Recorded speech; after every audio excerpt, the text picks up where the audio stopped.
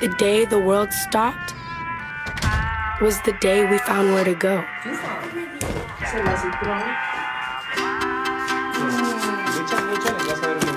Lost together, we discovered ourselves again. And we realized that the things that matter deserve time. That looks good.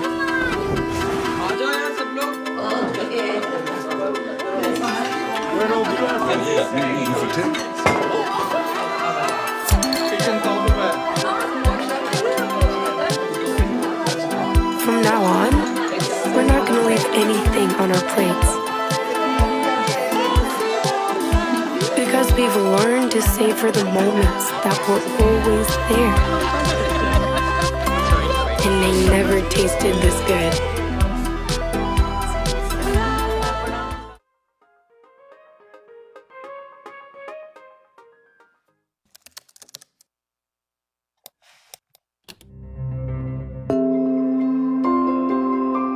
At Forward U.S., we're focused on fixing the failed immigration and criminal justice systems that have locked too many out of the American dream for too long, holding us all back.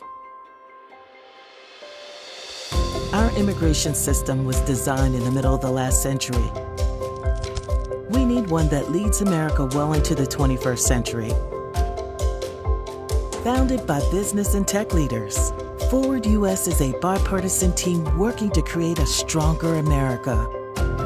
We bring people together from across the aisle to break through partisan gridlock and create an immigration system that fits the need of the modern Georgia economy, Georgia families, and spurs growth and innovation.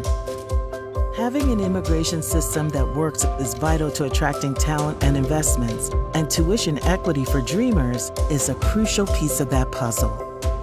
We all win when businesses can hire the workers they need and help the economy stay strong.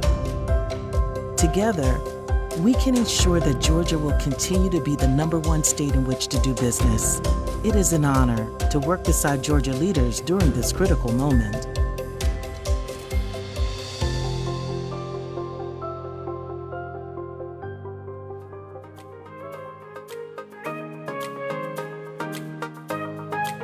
We will get through this with hard work and long hours, by keeping our distance while keeping in touch, by traveling less and moving more. You do your part by staying home, and we'll do our part to keep the lights on, providing you with reliable energy and giving you more ways to use it efficiently. We know home means more now than ever. Count on us to be here so you can be there.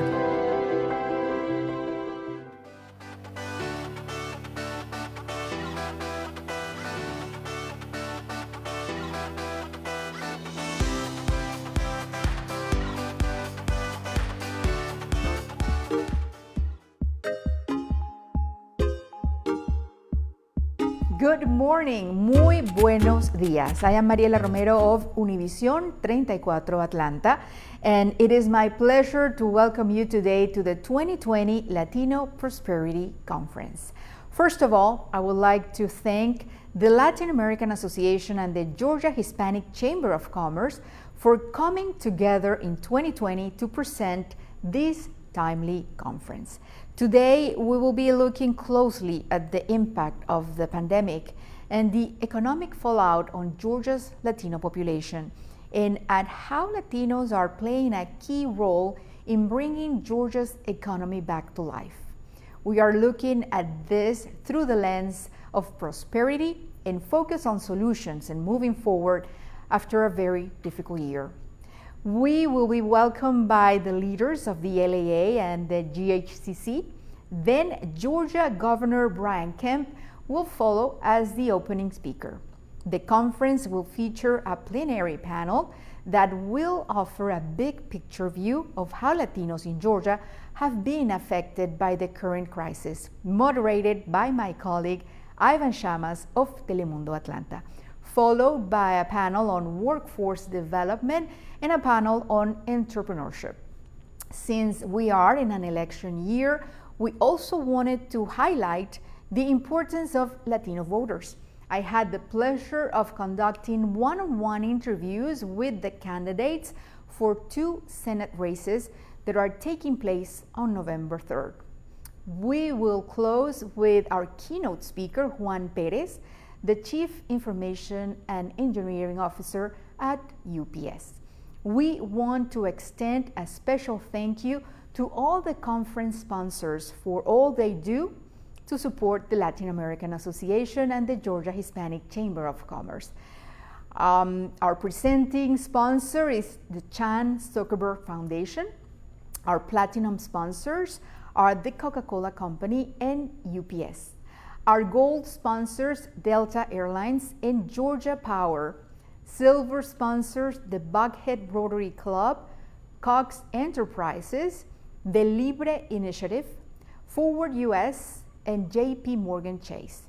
Ambassador sponsors, AT&T, the City of Brookhaven, CareSource, Comcast, and Winnet Kaiser Permanente.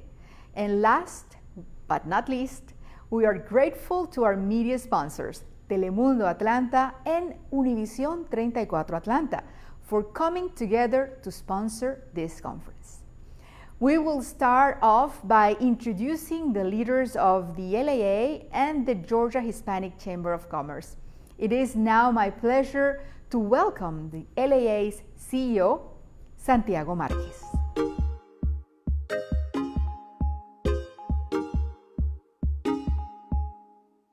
Hi, I'm Santiago Marquez, CEO of the Latin American Association. Welcome to the 2020 Latino Prosperity Conference, presented by the Latin American Association and the Georgia Hispanic Chamber of Commerce. This year was an incredible year. 2020 really turned our lives upside down. I have the unique perspective of being both at the Chamber when the year started and now being at the LAA, being able to see the work that was being done from a business perspective, as we had business owners all over the state leading the efforts in educating the community to wear masks, to keep distance socially, and to make sure that everybody knew how to get tested and where to get tested, to now coming to the LAA and being on the front lines as our team and our staff fights every day to make sure that people stay in their homes, get the benefits that they need, get the food that they need, and try to help them find employment, as well as help with the young people to make sure that they're getting educated, going to school, whether that's virtually or in person. So I'm really proud of the work that's being done. Today we've got amazing speakers, everyone from the Governor Kemp, to Juan Perez, who's the CIO of UPS, a Fortune 50 company. And Juan is going to talk to us about innovation and technology and how we need to change our approach to business so that we can thrive. After we survive this pandemic, we need to really be thinking about thriving and going forward. So I know that you're in for a real treat. I do want to take a minute to thank our sponsors, the presenting sponsor, Chan Zuckerberg Foundation, our platinum sponsors, the Coca-Cola Company and UPS, our gold sponsors, Delta and Georgia Power. We couldn't do this work without you. It's an honor that you support us, and we're looking forward to a great conference. Thank you so much.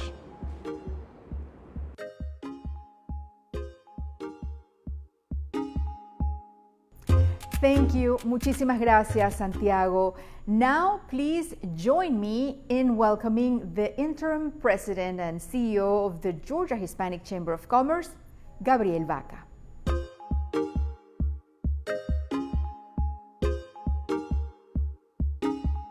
Hello, my name is Gabriel Vaca, interim president and CEO of the Georgia Hispanic Chamber of Commerce, and I want to welcome you to the 2020 Latino Prosperity Conference, a roadmap for Georgia's recovery. I want to thank our sponsors that provided financial support for this conference.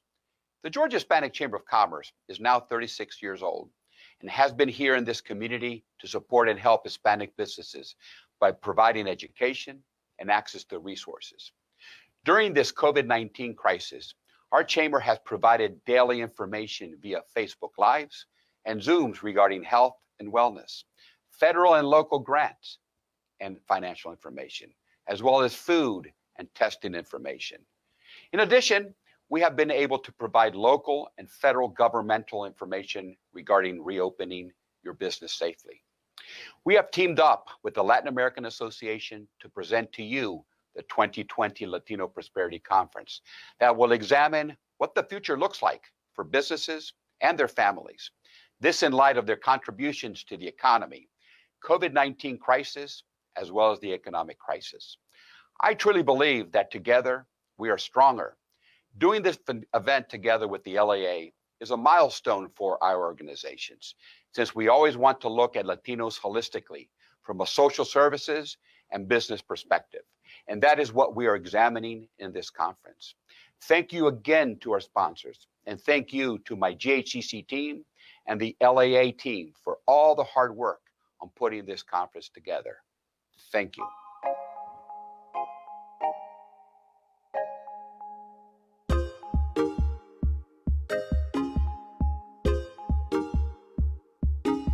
To open the conference, it is an honor for me to introduce Georgia Governor Brian Kemp, a husband, father, businessman, and public servant. On November 6, 2018, he was elected as Georgia's 83rd governor, earning more votes than any gubernatorial candidate in state history. Governor Kemp built his first business, Kemp Development and Construction Company, with a pickup truck and a shovel. Over 30 years later, he is a successful entrepreneur with business and investments in banking, farming, timber, manufacturing, and real estate.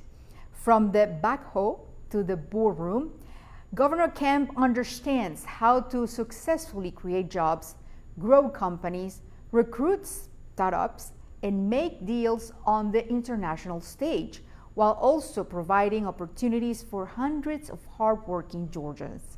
Please join me in welcoming Governor Brian Kemp.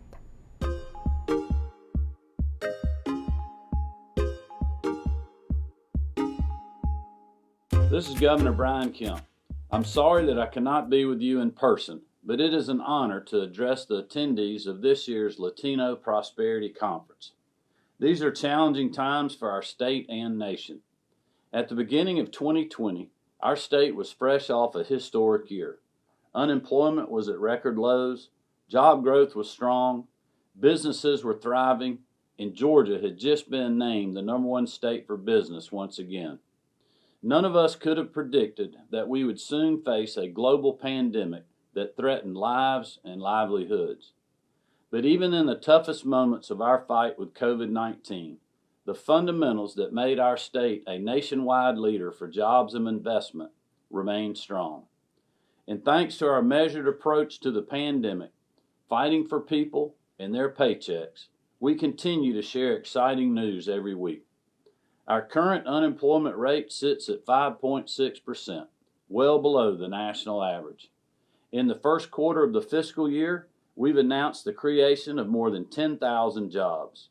And just a few weeks ago, we announced that Georgia has once again been named the top state for business for the 7th year in a row. In addition to that ranking, our workforce development programs earn national recognition. This is all great news, but we will not rest on our laurels. We have to remain focused on protecting lives and livelihoods.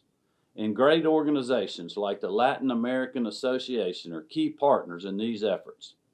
The Latino community in Georgia is large and vibrant, totaling nearly 10% of our state's population. They make up a vital part of our workforce, one of the most prepared and available in the country. And I am so grateful for all your association does to create opportunity for all. As we move forward together, I'm asking Georgians from all walks of life to do their part to keep our state on the right track. Continue to heed the guidance of public health officials. Follow best practices. Patronize the local businesses who are working hard to keep people safe, and encourage your loved ones to do the same.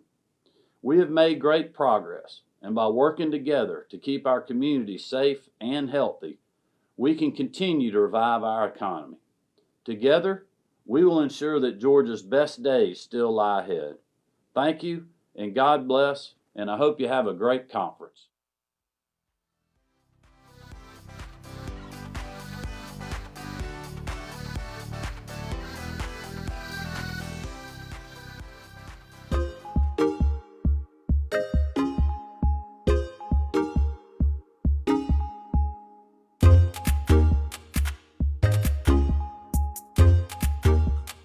thank you, Governor Kemp, for your remarks and for being part of this important conference, Georgia, and focusing on Georgia's Latino families.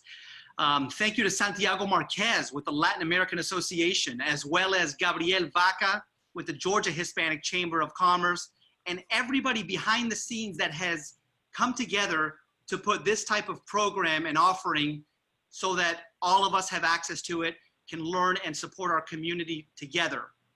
As a board chair of the Georgia Hispanic Chamber of Commerce, I'm personally excited because this is a first-time collaboration of the two nonprofits coming together so that we can make a larger impact within our state and within our community.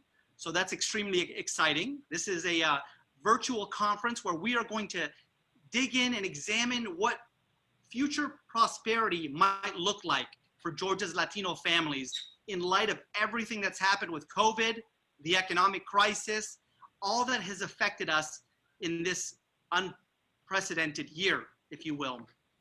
So we've brought together a star-studded panel, various stakeholders to speak and address the challenges that our Latino community is confronting, as well as the urgent issues that we should focus on so that we can continue this journey, this roadmap of recovery for our state. And so with that said, I want everybody to keep in mind the goal of this conversation is to be proactive, positive. Let's have a fun, open discussion that generates ideas, solutions that will continue to lift our communities and our entire state. So before we begin, I think I've already reviewed, before I make the introductions of our distinguished panelists, I've reviewed that we're gonna keep this within 45 minutes. We're gonna ask 2 to 3 questions. I'm gonna ask that the studio audience holds their applause, except for right this moment when we welcome the 4 panelists who are joining us today. So I'm gonna go ahead and start with, ladies first, Dr. Audrey Arora, who's the CEO and District Health Director of Gwinnett, Newton, and Rockdale County Health Departments. She leads the largest health district in Georgia with 1.3 million individuals. Most of these are actually in the county of Gwinnett. Gwinnett actually has more Hispanics than any other county in Georgia. So Dr. Arora, thank you for being here with us, and we're excited to chat with you.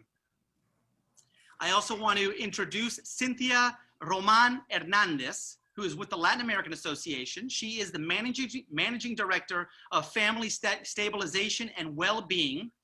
And she's been in this role for 10 years. She's a social worker with experience in various settings, everything from Puerto Rico to New York to our state. She's got her PhD in social work.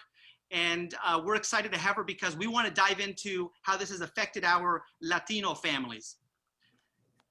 Moving on, we have the president of the Georgia Chamber of Commerce with us, Mr. Chris Clark. Thank you for joining us. He's actually a native Georgian. He's been here all of his life, did his undergrad, his master's here as well. Georgia Chamber is one of the largest in the country, and they represent over 50,000 members and a lot of small businesses across our state. Georgia Hispanic Chamber of Commerce has a unique, beautiful partnership with the Georgia Chamber. We're actually homed in their offices as well in downtown Atlanta. So thank you, Chris, for being part of this conversation. And of course, last but not least, Jason Esteves, chair of the Atlanta Public Schools Board of Education, elected to the board in 2013, first Latino elected to a school board in Georgia, and the only Latino chair right now serving on a school district in the state. Atlanta Public Schools, so you know, is the sixth largest school district in the state. 7% of the student body is Hispanic. Jason as well is a native Georgian. He serves on the LAA board. He's an attorney, a VP with Equifax, and we are honored to have you as well, Jason. So we're going to transition into the questions, and with that, if there's something I missed or something you'd like to share, please open up your comments with that. I'm going to go ahead and start off with the big picture, our state. So we're going to take the first question in conversation to Chris Clark over at the Georgia Chamber. Chris, a lot's happened, I think, since we last connected as well. Obviously, COVID has turned our state and our country upside down. Can you paint a picture of where Georgia is realistically, economy-wise, and what you've seen as you've talked to businesses across the state. Sure. Well, thanks, Ivan. Thanks for having me today, and I appreciate you guys putting on this summit and including the Georgia Chamber in this discussion. Obviously, Georgia's been hit very hard, just like the rest of the country, over the last 6 months. The good news is that Georgia's economy is much more diverse than it was in 2009. So we are seeing a faster rebound. I think we're going to be further ahead than many of our other Southeast Chamber, Southeastern U.S. Economies. There are a couple of areas, though, that I am concerned about, and I think it's worth having the discussion, particularly because I believe it impacts the Latino population. There's two economic sectors that really, when you look at the data in Georgia and across the country, were hit worse than any other sector, and it's going to take longer for them to recover. The first is in the hospitality sector. I mean, listen, in April and May, you had almost 50% of all hospitality jobs in the country were wiped out. For Zoomers, over 80% of all Zoomers, that's the new generation, right? Generation Z, almost 70% of them lost all their jobs during that same sector. It's an important part of Georgia's economy, particularly you add in organizations, our restaurants, our hotels. We're in for a long slog there for those to come back. It's going to take time for particularly for the convention business to come back in the state. And then the other sector that I'm continue to worry about is in retail. Nationwide, we had 250,000 retail facilities closed during the early days of the pandemic. Most of those have recovered in Georgia. 91% of our retail establishments have reopened, but because of the shift of consumer activity and behavior over to online platforms, we're going to see about 100,000 retail closures in the U.S. in the next 36 months. So for those folks that have those small mom and pop retail, they're really going to take this on the chin, and I'm concerned about them. Right now, as we talk in Georgia, we've got about 22% of our businesses haven't reopened. I told you we got about 9% of retail haven't reopened, but almost a quarter of our restaurants are still closed. 20% of arts and entertainment are still closed. 40% of our bars are still closed, and then about 20% of our personal, health and beauty facilities are still closed. So we've got a lot of work to do. And again, particularly a lot of those industries impact our essential workers in the Latino population. So I'm bullish on where we're going, but I'm concerned about those two sectors as we talk today. Okay. Grateful for that update, man. And thank you for digging into it. But yeah, we've definitely seen the effect on restaurants as well as other businesses. Zoomers are a concern, as you mentioned, and retail. So let's transition, because we are going to come back to you, Chris, and Sure. dive a little bit further into that. But I do want to get into the health component of it. So Dr. Arona, again, thank you for being with us. Can you tell us what you've seen, being on the front lines, working with several counties, and how this has affected our Latino community, but also why disproportionately it has affected us more?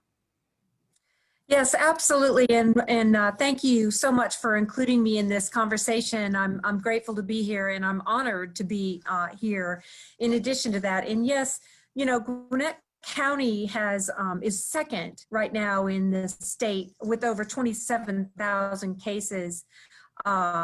In terms of the number of cases, right behind Fulton County, of course. We're a very populous state, or county, which matters.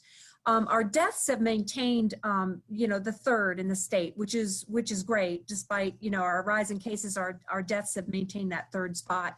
And as you said, Gwinnett County is represented by 22% of its population is Latino, and 27% of the Gwinnett County cases have been in the Latino population. And why is that? Primarily, it's because this virus affects individuals with chronic medical conditions, heart disease, including heart disease, high blood pressure, diabetes, obesity, that type of thing. And those people are more at risk for more severe disease. They're also more likely to be hospitalized and more likely to require respiratory assistance like ventilators. But in addition to that, this virus also affects the parts of our county that are more densely populated. So, Latinos enjoy lots of family, often multi-generational supportive living conditions, which is one of the reasons why, you know, Latinos are more affected by this for sure. And, you know, also we can't forget that more diverse populations also have a harder time accessing healthcare, and they're more likely to be underinsured or uninsured. So a really good thing at this point is to really encourage our businesses to provide health insurance to employees. And in reality, this really preserves their workforce because, you know, having a healthier, more managed and controlled medical problems, that type, they're a lot less likely to be affected by COVID and other diseases. And so that's primarily where we are. Yes, sir. Okay, good update. And we're going to definitely dive into solutions and what we can do as individuals to weather the storm right now. So thank you for that, Dr. Arona. I do want to transition now into education. We are Latinos. We have multiple children and they need some support. We may not be able to be home with them. Virtual learning is big, but I do want to take it to Jason and get his take on it. How prepared were schools, or are schools even now, for COVID? And we know the education gaps already that Latinos are affected by. So how is this just piggybacking off of that? And what have you seen talking to parents and within your district? Yeah, Ivan, and thank you so much for having me. Look, there's good news and there's bad news. The good news is that school districts are more prepared today than they were back in March. Back in March, school districts literally had to become virtual overnight. And in Atlanta Public Schools, we did so in about 48 hours. We announced that we were closing, and our teachers had 48 hours to prepare our families. And that was extremely difficult. And the spring semester was a tough semester to close out. I had a pre-K-er, and I can tell you that we were struggling through virtual learning. That has been different in the fall semester, where we had the summer to prepare, and we made an early announcement on July 13th that we were going to be virtual for the first 9 weeks. And we prepared our school system, we prepared our parents and our students in particular to be virtual ready. And for Atlanta Public Schools, that meant making sure that kids had devices, that they had hotspots if they didn't have internet. It meant making sure that they were getting meals, making sure that they were getting their basic needs met. And it took a lot of effort, but I think the response that we're receiving from families is much more positive this semester than it was the next semester. Now, the bad news is that this pandemic is unpredictable, and we don't know where it's going. So as a school system, just like all the metro school districts, we've had to adjust plans as it relates to return to school, as it relates to what the rest of the semester looks like. And we're trying to do that to address inequities, as you mentioned, Ivan, that were present before the pandemic and are worse today. And that's something we all have to acknowledge, that all of the inequities that we saw at the beginning of the pandemic, whether it was education, health, they're worse. They're exacerbated by the pandemic. So we fully anticipate that if our students were to take the milestones test, that they would be even further behind. The gaps would be bigger today than they were just 6 months ago. And we've seen some hard evidence on that just in college admissions. My friend Tina Fernandez with Achieve Atlanta, who's a great partner to Atlanta Public Schools, who monitors higher education, noted on social media that there was a study that came out that showed that low-income families, many of those families being Black and brown families, were less likely to enroll in college than their wealthier counterparts. So during this pandemic, wealthier people continued doing what they were doing, and they were more likely to enroll in college this time around, and low-income families were not. So there's a lot of work that needs to be done from pre-K through 12, but also in higher ed as it relates to education in the pandemic. Unbelievable. We don't even realize the ramifications this is going to have in years from now. I mean, we're already now, our numbers are lower when it comes to applying for colleges as they were, but now even lower because of what's going on. Jason, great update, man, and we're definitely going to be coming back to you as well with some further details. I do want to take it into the family realm, if you will.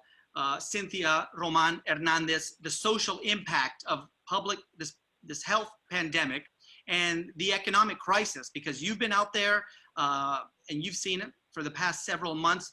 But tell us what Latino families are going through as relates through your eyes and through what the Latin American Association is seeing.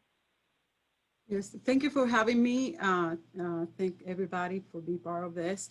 It has been a nonstop crisis from the beginning. Since March 16, we started to provide services remotely to our families, and we have become first responders as well. All our case managers providing first aid and support to these families that have never been in this situation before. At the beginning of the pandemic was all related to economic issues, loss of jobs, for law, people reducing hours. And then later on, when the reopening started, we see more in the summer, we see more cases on people getting infected. And so it has been crisis, and crisis mode all the time. We have been providing support. 75% of our families before COVID, they get stable in 90 days. That was our something that we achieved with them. But now with the pandemic, it's harder and harder and longer the process of stability for them, because there's so much and so complex, all these issues that they are experiencing. And sometimes they are, and obviously the mental health side of it, they are on so much stress. Some of our families have experienced depression, anxiety attacks, insomnia, because they don't know what is going on. So it has been really difficult, and many of them not able to work for many months, not able to put food under the table. We have been providing food distribution events. We have been providing clothing, rental assistance, financial assistance, collaborate with many organizations to be able to support these families. But definitely it has been, it's taking a big toll on this community. And it's just exposed pre-existing problems that already exist in this community. Some of them had mentioned already: lack of insurance, lack of health access, and housing issues. Not able to have a permanent job, a stable income. So some things that already exist, but with this crisis, it's exacerbate everything for them. Wow, yeah, that's a big list. And what I was going to ask is there one that you're seeing more need for? You've mentioned everything from housing to food, and I know that the LAA and even Telemundo have partnered up with multiple food drives. But what are you seeing is maybe the top two big needs, while there's a big list? So it's a complex situation, because it's like a snowball. Right. So start with income issues, not having money to pay their bills, to pay out their rent, and they are not having any safety nets. They are not getting any benefits from the stimulus checks on employment. They are not eligible. Most of our families are immigrant. They are not eligible for many benefits that other families receive. So that creates another issue, because there's safety nets to support them. So basically, it's just been, I think that the income side of it, and then the healthcare side of it, not being able to, this persisting conditions that already exist, it just create like the perfect storm to just not being able to stabilize the situation more quickly. So, but yeah. Well, then I'm glad you mentioned that. And while we're kind of setting the table and talking about the current situation with everyone, we're certainly going to get into what we can do to make things prosper and focus on the positives of it. But yes, you mentioned income as one of the big obstacles that our families are going through, which relates into rent relief. Do we really even have access to that? I know there are multiple programs out there that I do want to get into, but you also mentioned healthcare, which is a big part of it. So let me take it back to Dr. Arona and chat a little bit further about health, if that's okay. And maybe you can elaborate, Dr. Arona, on how Latinos are more likely than their peers to be uninsured. So how does this present larger problems, and how can more Latinos even push to get healthcare? As you mentioned earlier, trying to get healthcare health insurance is a big part of it. Right, and you're absolutely right about that. And I think you know, having access to health insurance is a huge issue here. And I do believe that businesses can help out a lot with this in providing health insurance options to their employees, which obviously, like I said, will lead to a healthier workforce and a sustained workforce as well. What's important is, you know, there are a lot of healthcare resources available to the Latino population through the health department that I think sometimes often they don't reach to us as a first resource. So, you know, I would encourage our services, agencies like ours at the health department to really be a go-to for the Latino population. You know, this is a crisis. This is, you know, a pandemic, and you know, I think we can utilize this as an opportunity to create richer and deeper relationships between the health department and the Latino population. It's truly a time for all of us to really recognize the importance of health, right? Because, and the necessity of diagnosing chronic diseases that oftentimes don't have symptoms until you go. So that's a big part of this. And then also the need for ongoing management of those chronic health conditions and ensuring, again, physician access and to medical insurance, of course. But, you know, our agency wants to help bridge that gap with the Latino population and also to be a resource that they not think of lastly, but think of first. And it's important, I think, for us to understand, not just to understand the Latino culture, but to be part of that culture and make it part of our own, which is really where prosperity enters. I love it. Thank you for saying that. Be part of our culture as well, so we can all support each other. Health is a big part of it, and it takes us back to now the homes with virtual learning in schools. And Jason, let me bring it to you. With distant learning in place, can you talk about how virtual learning has it been working? Has it had its obstacles? And what have we learned in our state as far as digital learning during a pandemic? Well, there are a couple things that we've learned. To answer your first question, is it working? That answer is yes, relatively, generally working. But we know that we aren't reaching everyone, and school districts across the state are not reaching everyone if they are virtual. So we've learned a couple lessons. One is that we can provide quality education virtually. So that is a good thing, because public education systems, school districts were shy to go into the virtual space, and we were forced to do that in the pandemic. So one of the positives is that I don't see virtual learning going away in the future. I think that school districts will provide families with an option to stay virtual for their child's educational career. So I think that's a new innovation that came along that won't go anywhere. But we've also seen that access is a big issue. And in Atlanta Public Schools, we made sure that everyone got laptops or an iPad. We made sure that if you didn't have internet, we got you a hotspot. But that's not the case for a lot of school systems.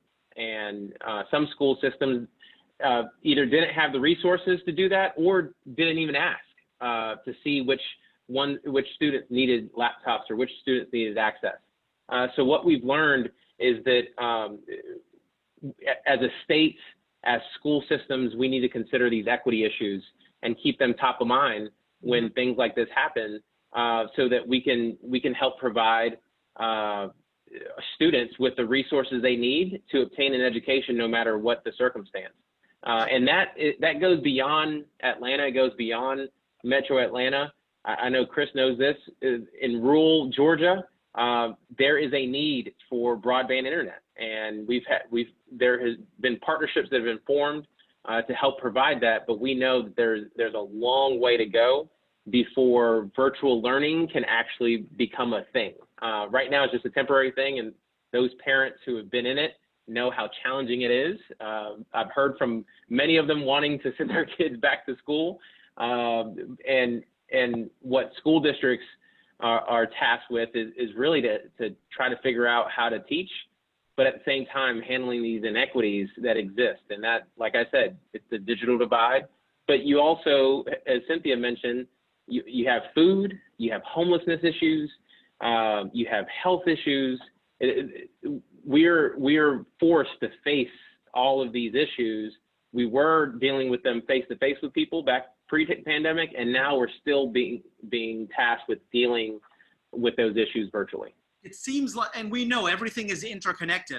I mean, the income can affect the schools for the kids, the health, even businesses. And bringing it back to Chris, Latinos, we're known for starting businesses at a higher rate than other demographics. But how is this crisis affecting the local Latino entrepreneur?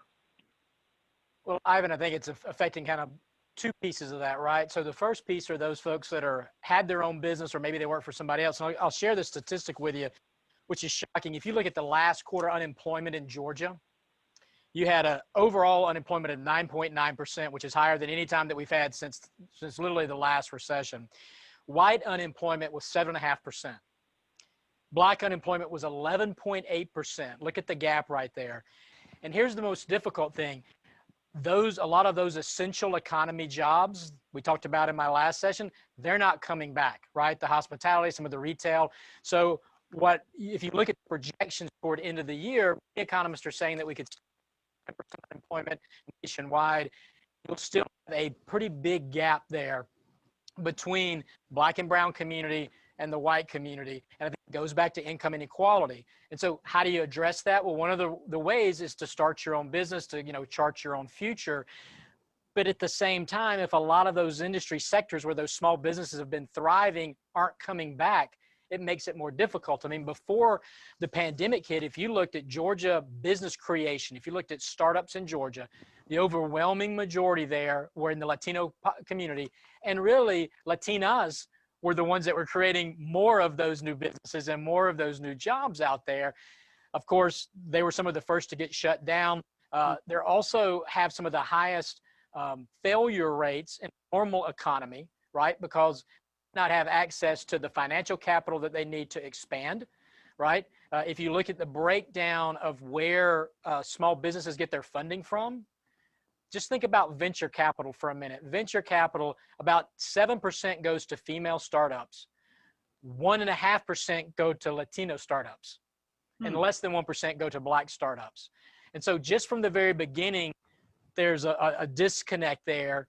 And then you go to the next step, so if you don't get money from there, where do you get it from? Well, I'll go to the bank, or I'll use my credit cards. And unfortunately, Latino business owners have a much higher rate of using their credit card to start their business or get money from family and friends, right? The credit cards have very high, repayment rates.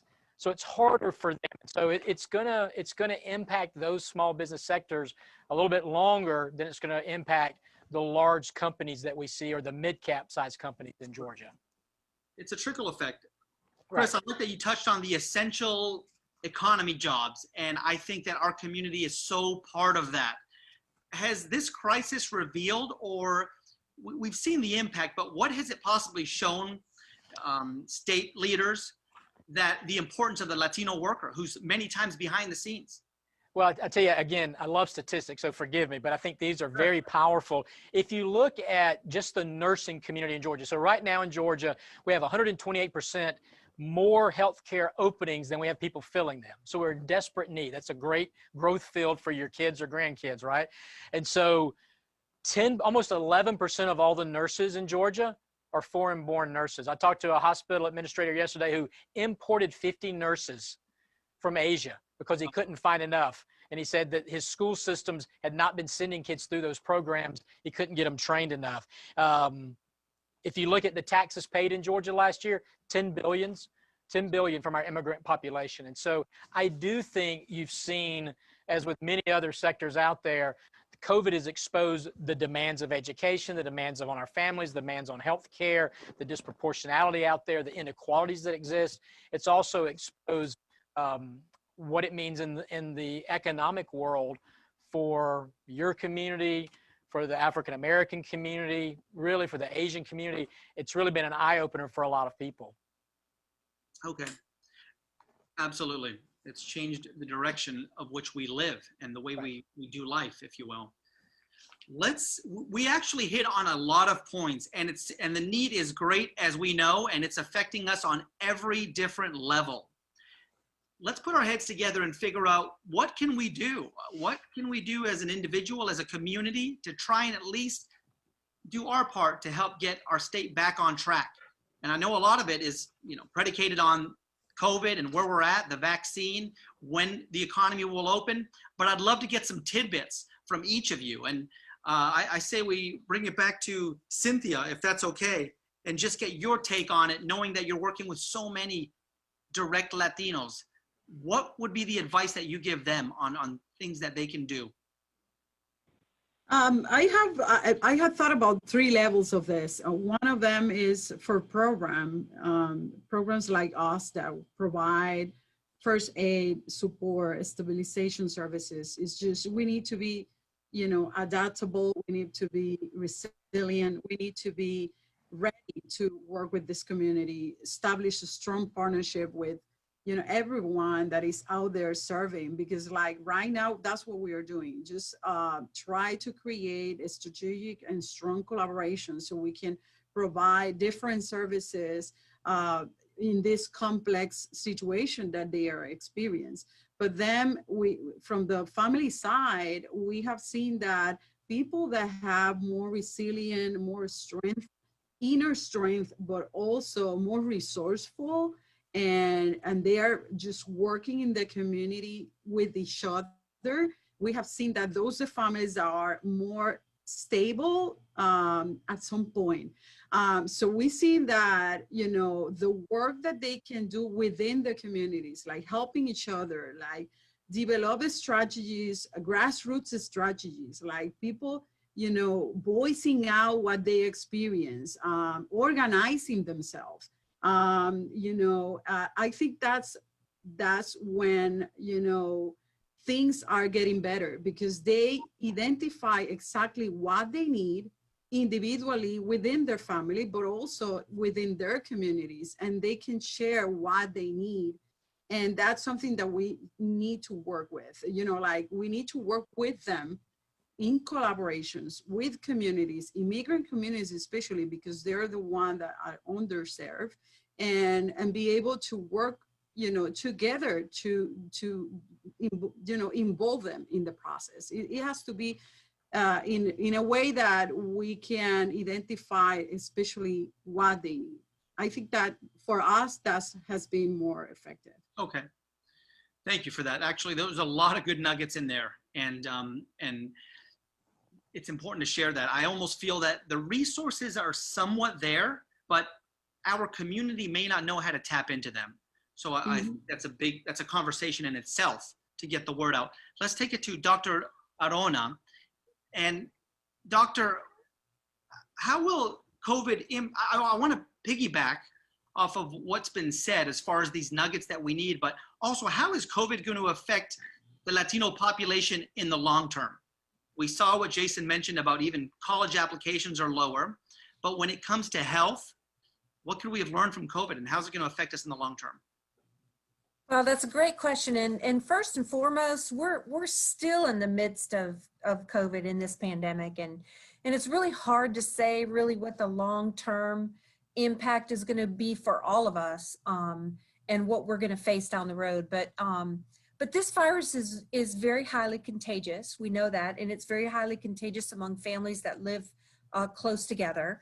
And our transmission rates, we've seen decline right now. However, we're approaching fall. We're in fall, actually, and the cooler temperatures. So we're not really sure what is really going to do. So I can't miss the opportunity, first of all, to push the flu vaccine.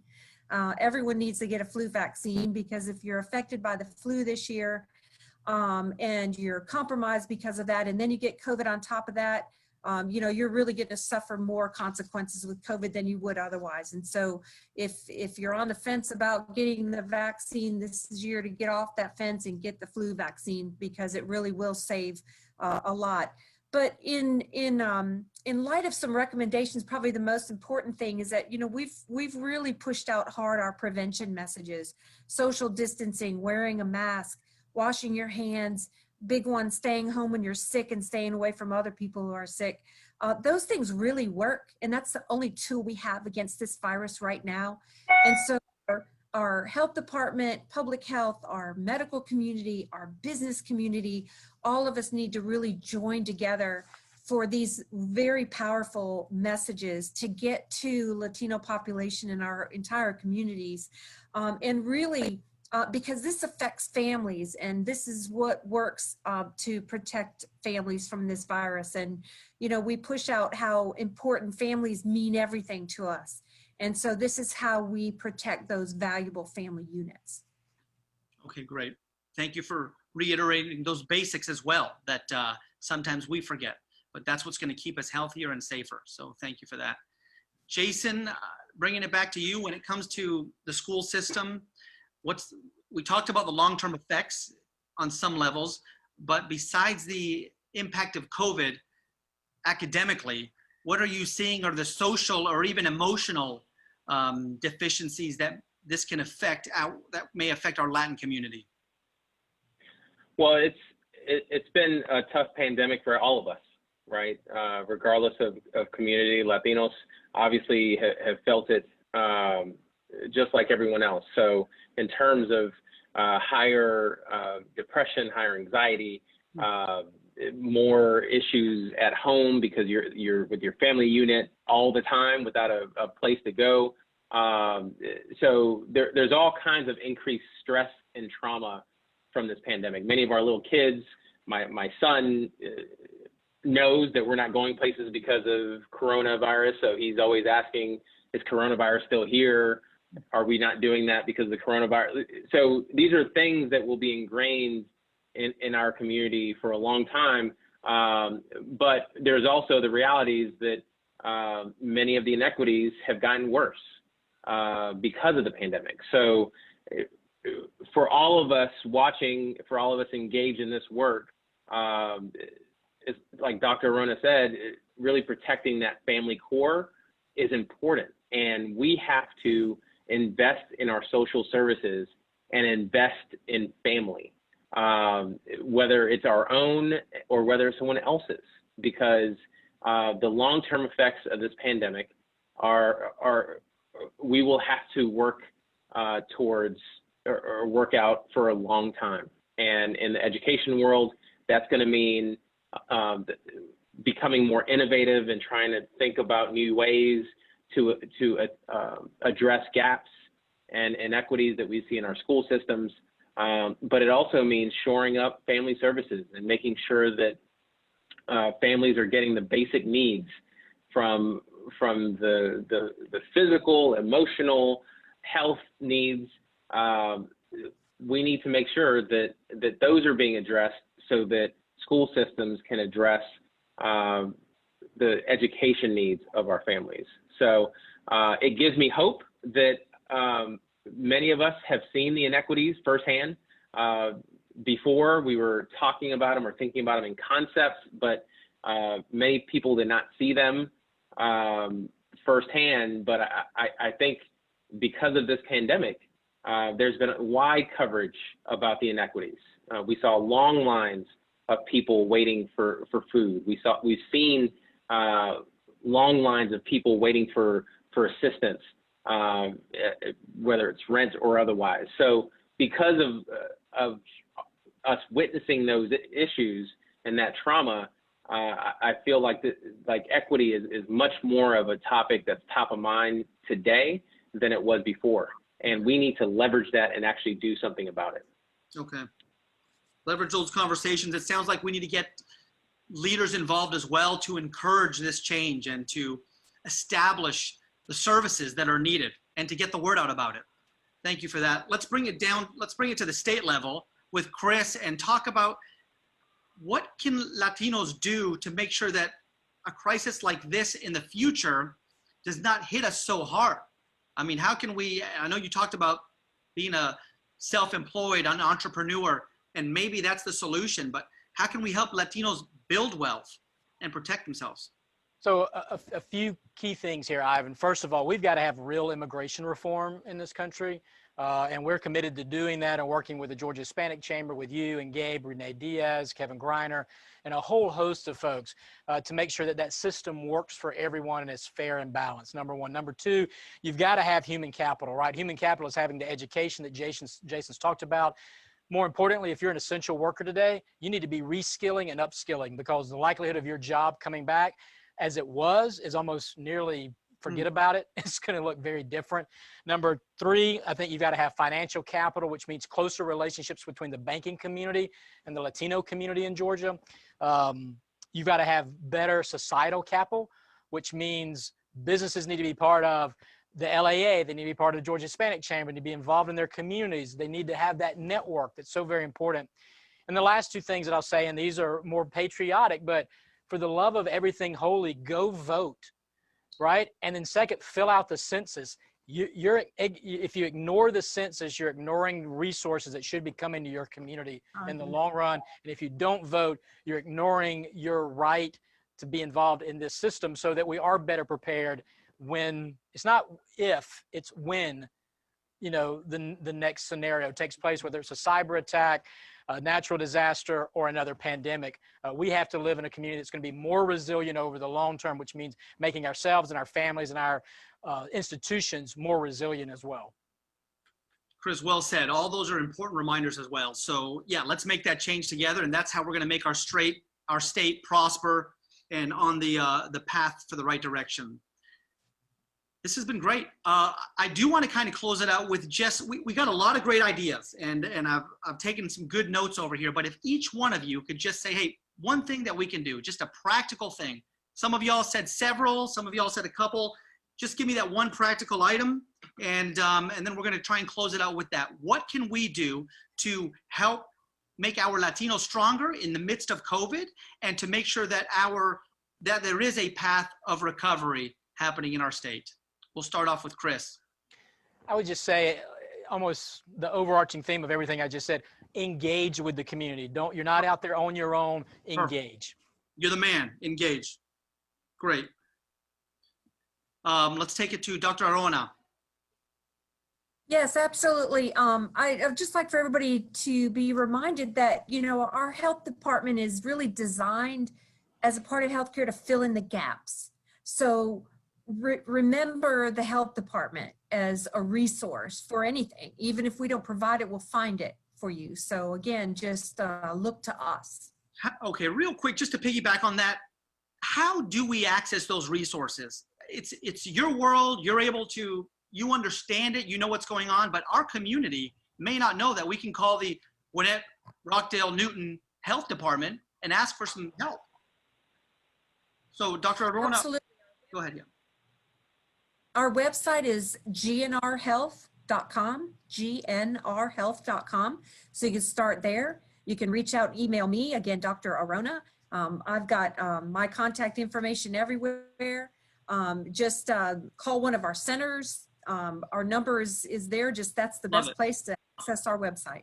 That's exactly what we need, the practicality of how we can actually support our families and the resources that are out there. I got to give kudos once again to the Latin American Association and the Georgia Hispanic Chamber of Commerce for putting these educational series available to everyone.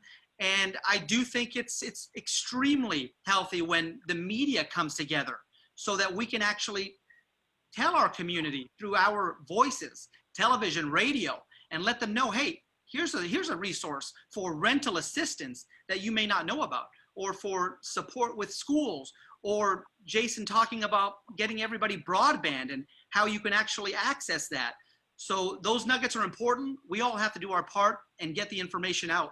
Let's take it to Jason, if there is one nugget that you want to close out with. I'll do two really quickly. One is to advocate for Latino families. As I mentioned, in Atlanta Public Schools, we provided laptops and hotspots for those folks who needed it. Not every school district did it for a variety of reasons, but we need people advocating in each school system for those in need to make sure that their voices are heard. And the second thing is to thank a teacher. Please thank your public school teacher for what they're doing, because they are working incredibly hard, whether they are working face-to-face or virtual. They are trying to do their best. And they need as much love and as much grace as possible. So thank a teacher. Those are great. Two good points, practical, and that's a good reminder. Teachers are awesome. Cynthia, let's talk about the LAA. Maybe one nugget. You gave us a great list, but please, for resources, what can we do? So in Latin American Association, we have different programs that had been provided virtually, from English classes, computer classes, mini job fairs for people who are looking for a job. We have translation services. We have family well-being, which is a program that I oversee, provide information referrals. If they're looking for a community clinic, we can provide this information.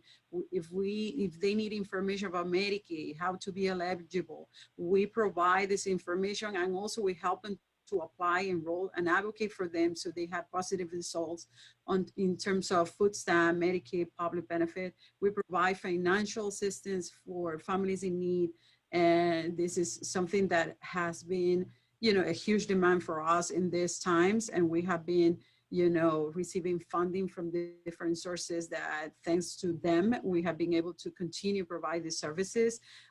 We have case workers ready to provide crisis intervention. We can connect them with counseling, with mental health services in Spanish, with some of the collaborators that we had. We are gonna hire now a new advocate for victims of domestic violence, because that's something that we have seen, which has been invisible from, with the pandemic, but is something that is there. We have received a lot of calls from women in situations of domestic violence.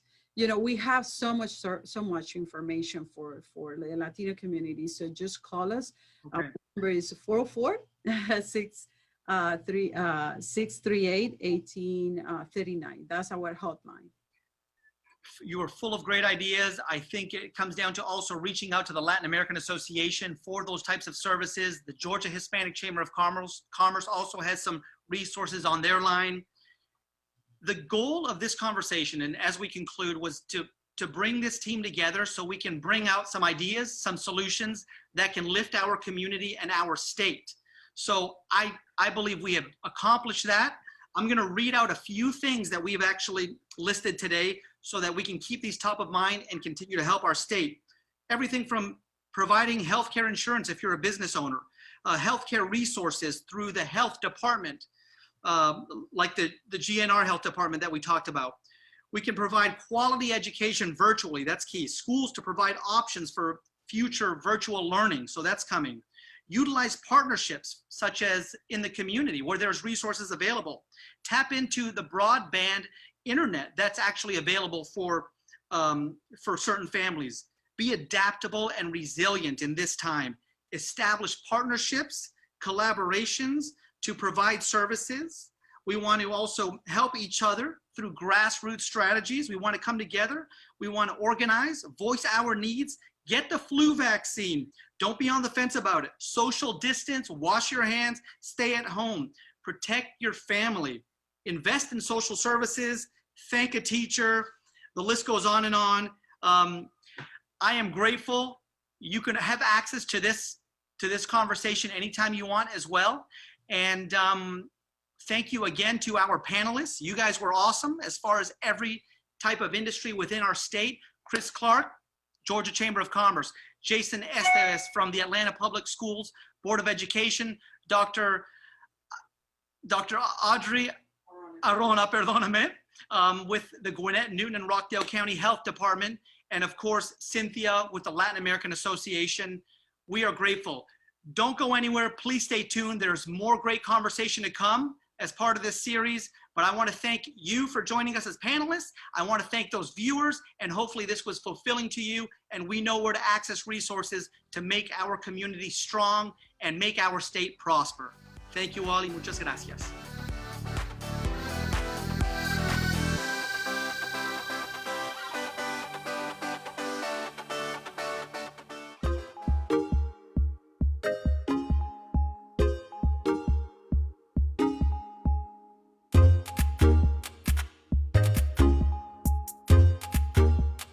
Hello, I'm Kevin Greiner. I'm President and CEO of Gas South, and I am pleased to be here today at the 2020 Latino Prosperity Summit. I also chair the Georgia Chamber's Global Talent Initiative, which is a business coalition that is working to enhance dialogue on immigration issues and to find bipartisan common ground in Georgia for immigration reform and policy change. And I also currently chair Select COP, which is the economic development organization for the county that Gas South calls home. So in these various capacities, I'm excited to chair this workforce development panel. It's entitled, How 2020 is Changing Georgia's Workforce. We have a very diverse group of panelists joining us today. They are Joe Dan Banker. He is Deputy Commissioner of the Technical Education and Workforce Development for the Technical College System of Georgia. We also have Alex Kemmerdell. He is a Senior Policy Analyst focusing on economic mobility at the Georgia Budget and Policy Institute. We have Monica Cucalon. She is the Managing Director of Economic Empowerment at the Latin American Association. We also have Adam Ferrand with us today. He is the Vice President of Education, Talent, and Leadership Development at the Gwinnett Chamber of Commerce. And then lastly, we have Rob LeBeau. He is the Director of Workforce Atlanta Regional, which is an affiliate of the ARC. So let's get started. So I want to start with you, Alex. What are some of the sectors where you are seeing sustained job losses? And what types of workers are being most affected by the pandemic today? Sure. Thank you so much for having me on this panel. Thank you so much for sharing those insights, Kevin. I'm excited to dive in. As a policy analyst, it's my responsibility to use data about the economy to kind of inform some of the recommendations that we champion at GBPI. And before I discuss kind of where we are currently, I did want to sort of establish a baseline of where we were just before entering into this pandemic recession that we're experiencing now.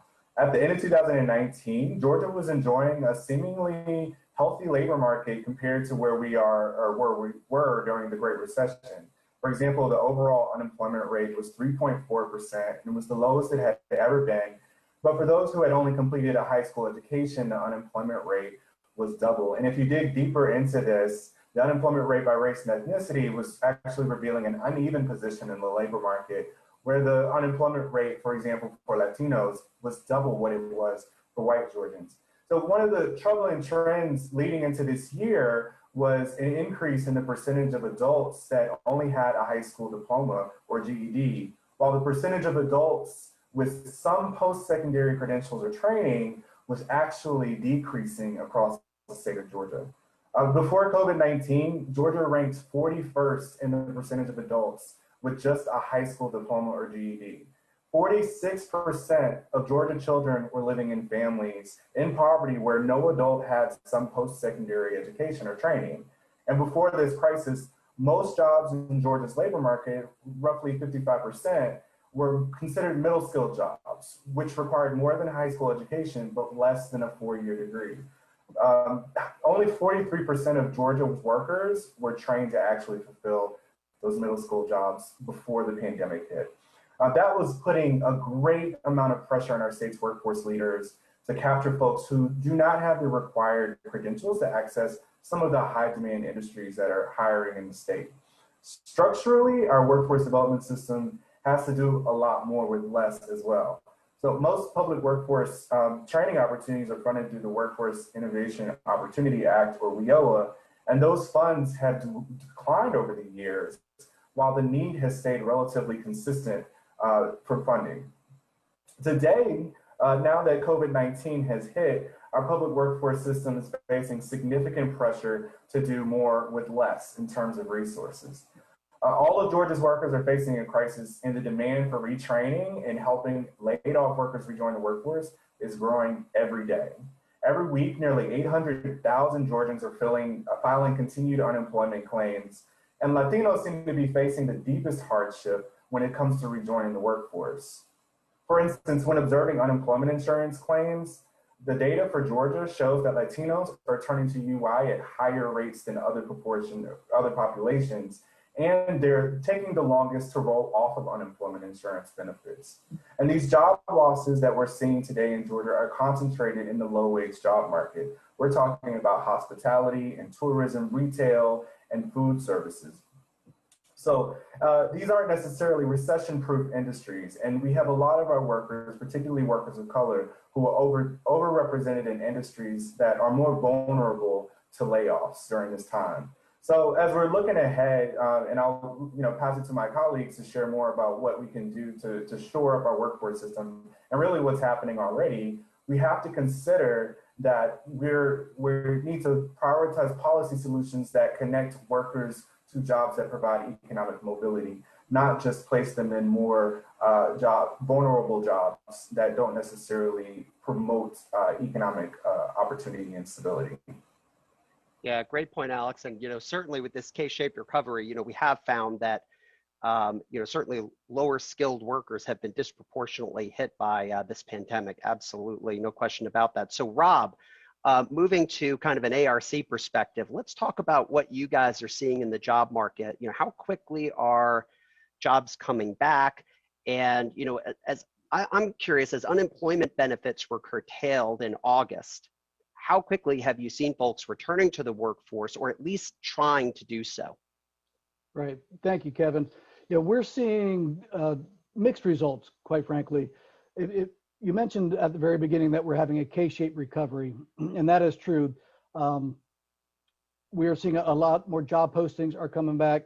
As Alex mentioned, the unemployment insurance claims, they have been dropping significantly over the past few weeks, and the overall unemployment rate has been dropping significantly. Those are all very positive. But if you put it in perspective of where we were last year, we're still way above 2019 for unemployment and uninsurance. The trend is right, but it's going to be a long recovery. We're certainly going in the right direction, but it's going to take some time to get back to where we were, and it's going to take some concerted efforts by many different organizations to really get back to where we were. Of course, some of the most impacted industries that we saw were related to hospitality and food service, and those are still struggling, and they are going to continue to struggle until we see a true drop in COVID cases, and maybe even until we have a way to address them, to have a vaccine and others. But there are other industries that are hiring, and are hiring quite a lot. For example, transportation, distribution, logistics is hiring very much. And I see Adam shaking his head. I'm sure he will talk about some exciting things that are happening in Gwinnett. But there are certainly industries that are hiring, and we're able to work with them and help them get people who are interested in those areas and get the training they need to get the skills and get employed in those areas. One thing I want to point to is a website that the 5 workforce boards in Metro Atlanta have put together. It's called atlworks.org. And that is a single entry page for all job seekers who are looking to get engaged with the local workforce boards. They can go to that site and get some basic information about what we provide and how to get started. So as workforce boards, we're able to provide training for those that are unemployed or underemployed, and may have been laid off because of COVID or for other reasons, and we can help them get the skills they need for in-demand jobs, and not just to get a job right away, but the intent is to get into a sustainable career that they could move along and gain experience and gain pay and gain responsibility and move up in that career, so that there's a career ladder that will put them on the path to income sustainability. Yeah, thanks, Rob. At Gas South, we're one of those that have continued hiring during the pandemic. And, you know, as I mentioned at the outset, our business has done pretty well. We had a pretty big work program this year, had expected to do some hiring, and in fact have done so. And I would say in some respects, you know, we're more productive actually working from home. But in preparation for our busy season, we have been seeking bilingual customer care representatives. So folks who can speak both Spanish and English, do it over the phone and in chat and in email correspondence with our customers. And so we've been looking to hire 12 people, and we pay pretty well. It's $18 an hour to start pay with a nice benefits package, and yet finding that bilingual skill set and the other characteristics that we look for, things like, you know, some math skills and critical thinking skills, good communication, empathy, kind of a mix of, you know, hard and soft skills.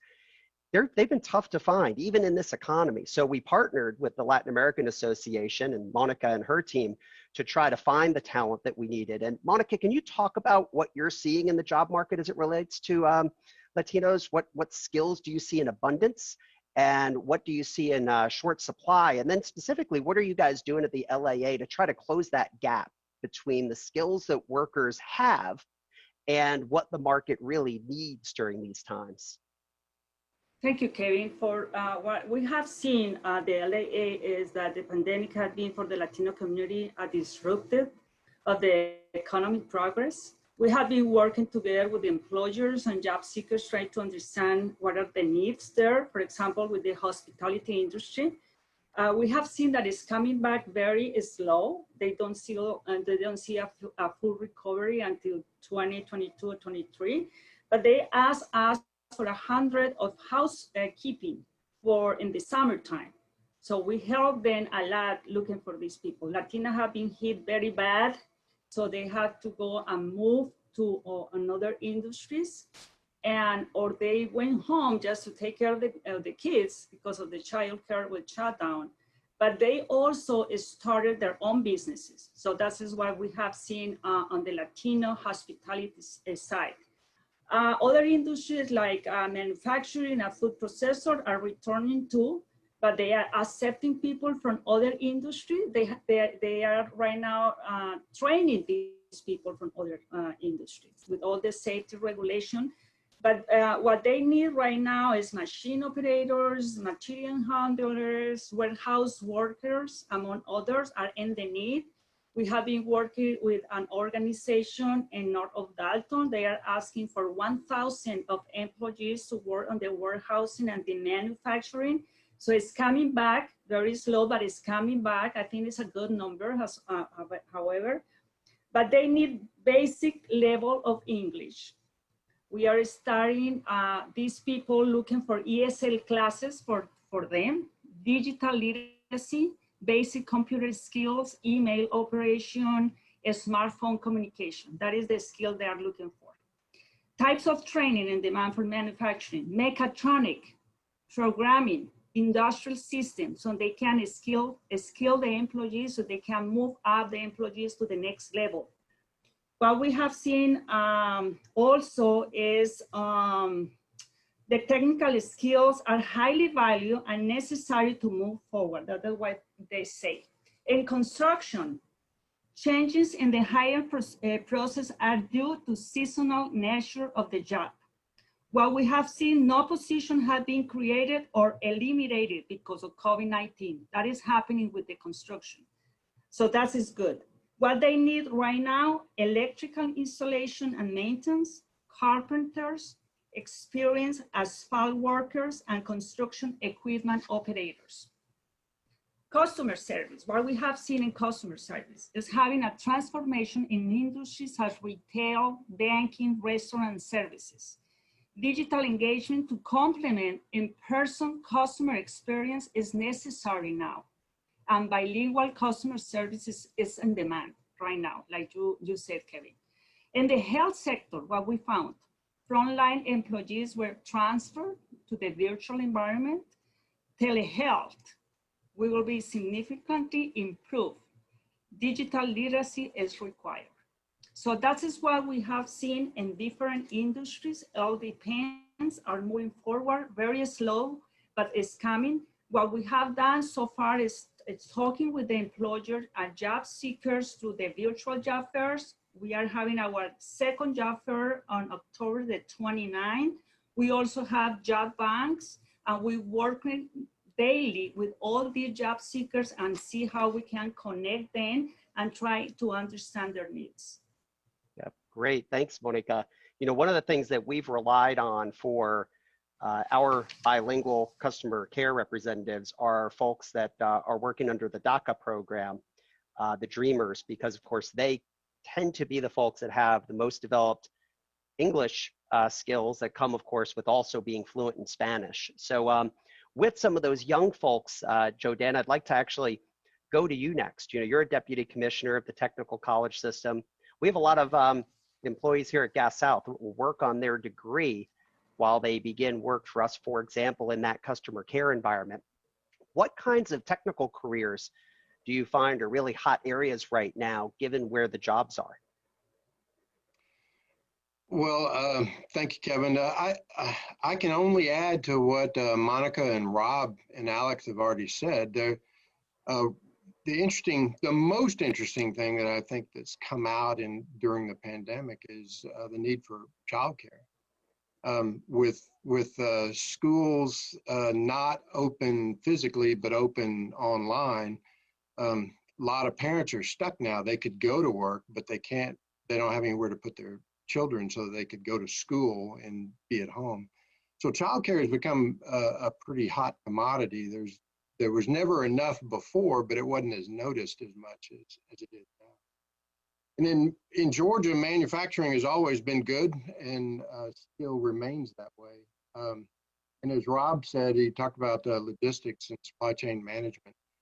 And in particular, within that is truck driving. Truck driving was a really hot commodity prior to the pandemic. It's even greater now. You think about all the things that you now have that just get delivered to you at home. There's somebody that's got to do that, and that all comes under the rubric of logistics and supply chain management. So those areas have become a lot in demand. The retail sales with the big box stores, they were in a little bit of a slump prior to the pandemic. The pandemic has really hit them hard.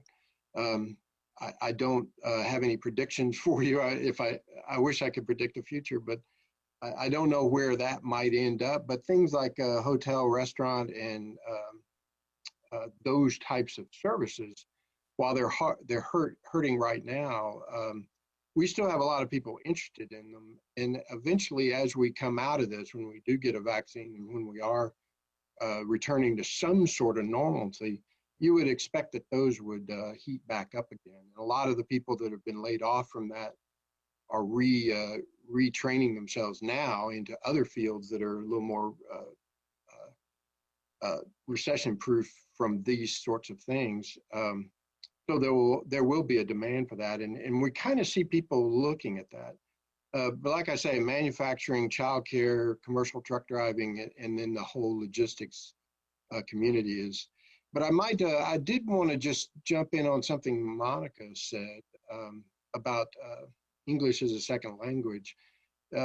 Every one of our technical colleges underneath their adult education program has English as a second language. And in some of our economic development programs, which are non-credit, and they're not your typical college programs, they're designed specifically for something. They have a lot of if you're interacting with the public and the public largely is speaking Spanish, they have language skills for those. So that might help you out a little bit, Kevin.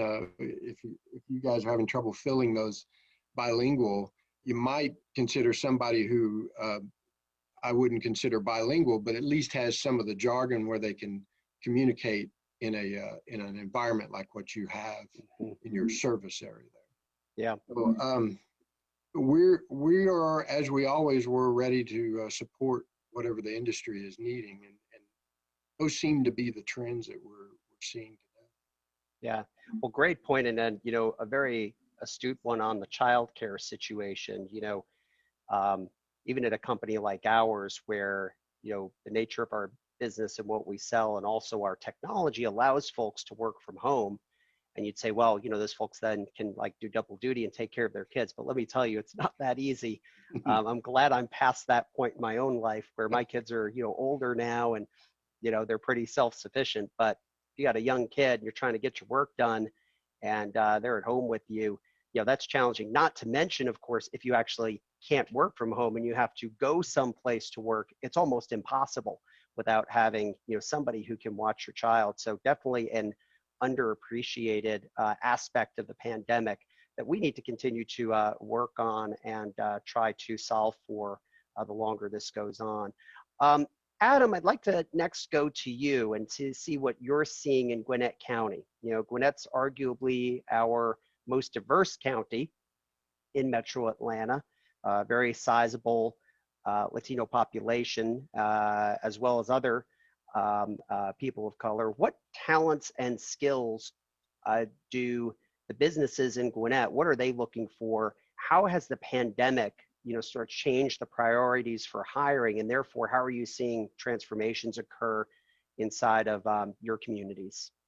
Well, thank you, Kevin, and know that we're thankful to the Georgia Hispanic Chamber in LAA for their partnership and the continued contribution that we're all making towards this prosperity that we're all seeking for our community in particular. And in Gwinnett County, indeed, we are a very large and very diverse community, but after Alex's leadoff home run in a bases loaded situation here, like I'm going to continue to sort of plus one everything that I heard from Monica and Jodan and Rob as well, that we represent, much like the rest of Metro Atlanta, target sectors and industries that are doing well. If you look at transportation, distribution, logistics, e-commerce has driven that growth.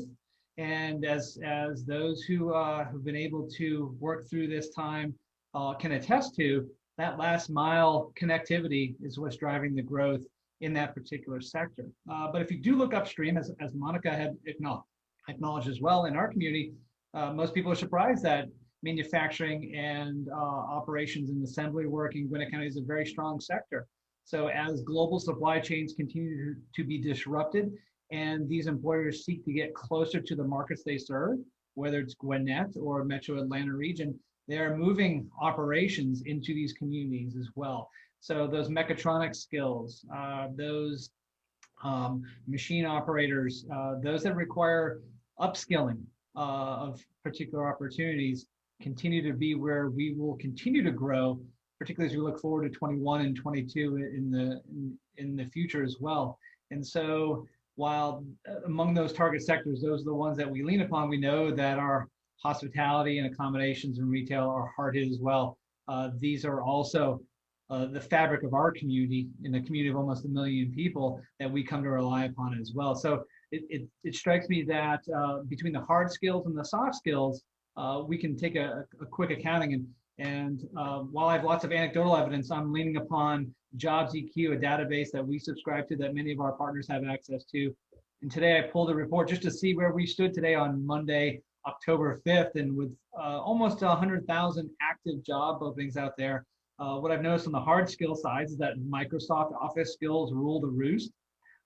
So whether it's for professional reasons or perhaps just your personal productivity and you have a particular skill set in any of those Microsoft Office products, you probably have an opportunity in another sector, in another business that perhaps you did not realize. There's also indications that transportation, distribution, logistics continues to grow as well when we look at the ability to lift 40 to 50 pounds, be able to move product. But we're starting to see indications of a small and slow recovery in retail, whether that is in hospitality or in retail stores as well. So the hard skills are pretty dispersed there, but the soft skill side, I think, is where the story truly lies. And in saying that, acknowledging that we are moving from, as a society, individuals and organizations and businesses alike, moving from improvisation to adaptation. And I think we're in that adaptation phase right now.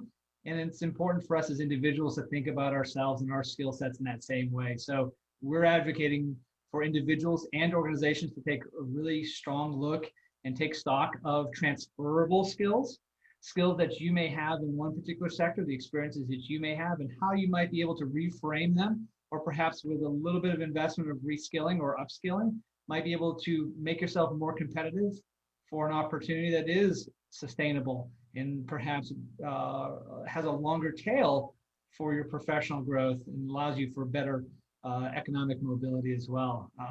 And some of those skills really have to do with adaptability, easy for me to say, is the rate and pace of change that we're all experiencing, both individually and organizationally, is one that can be disorienting, does not allow you to have a sure footing from a day-to-day or week-to-week.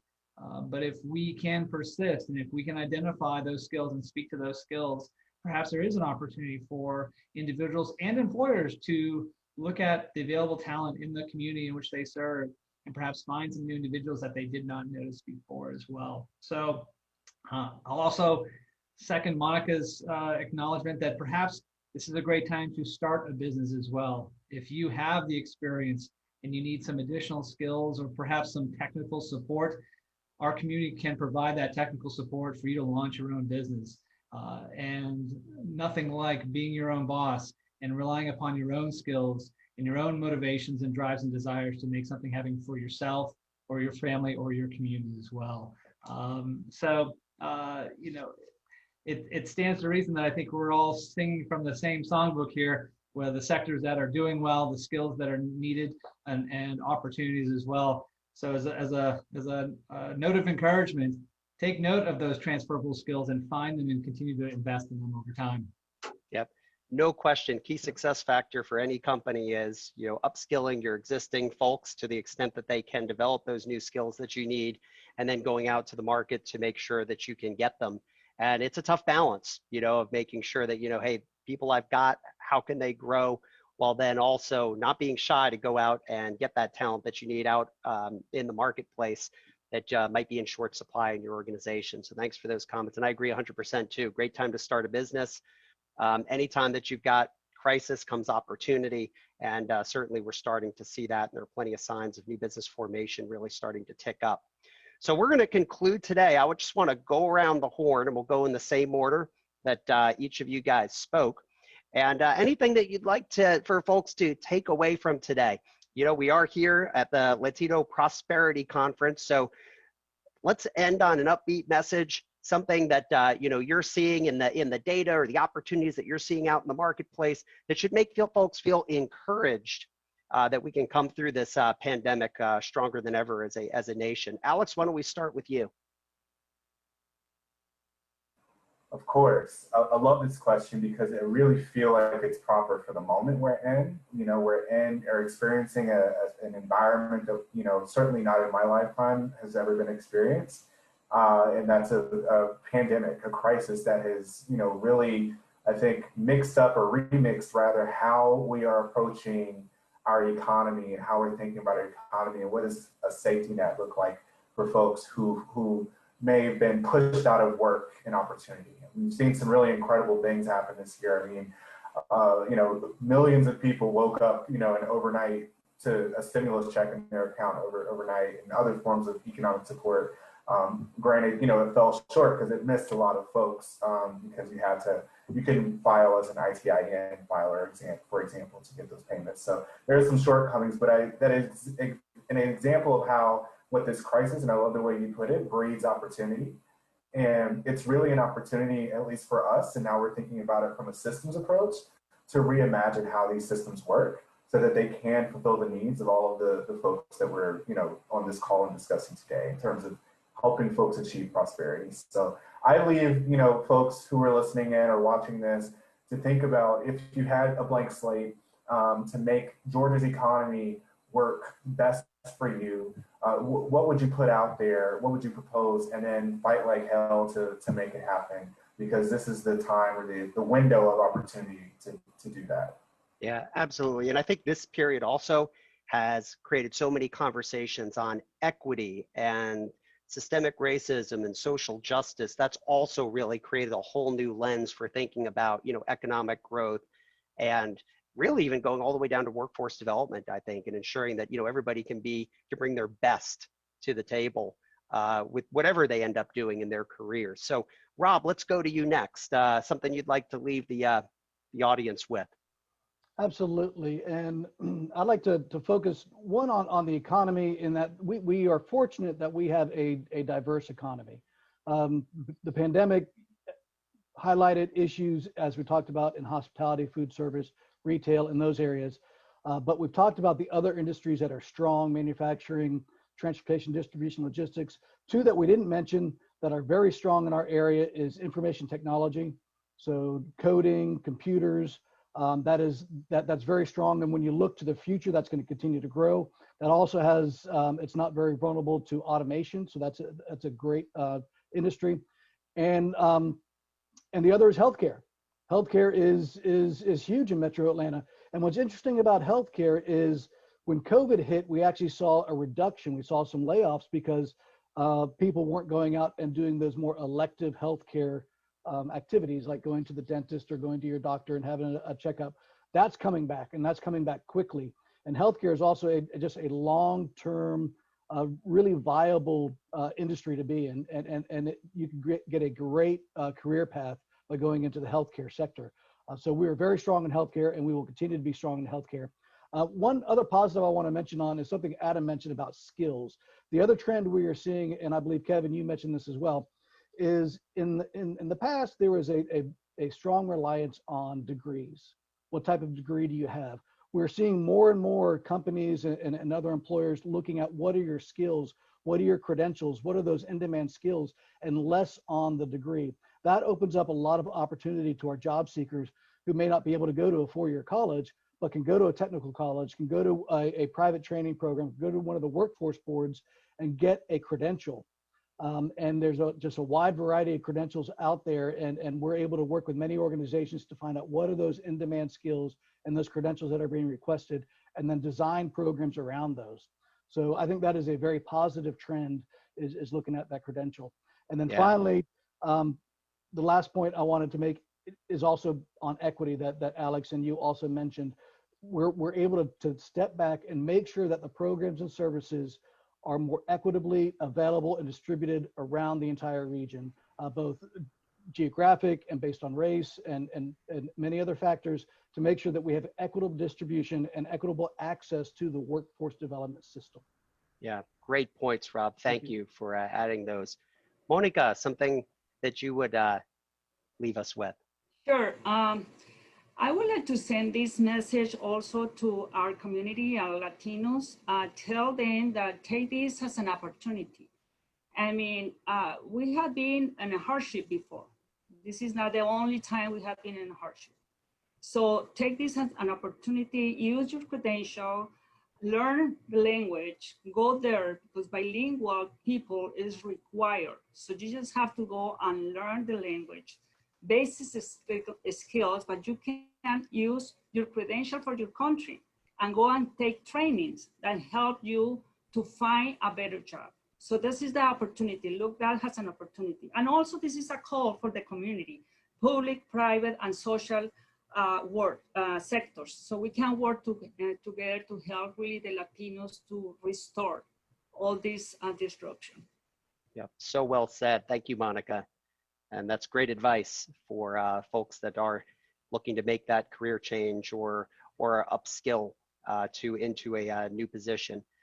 Joe Dan, something that you would leave us with from today's discussion?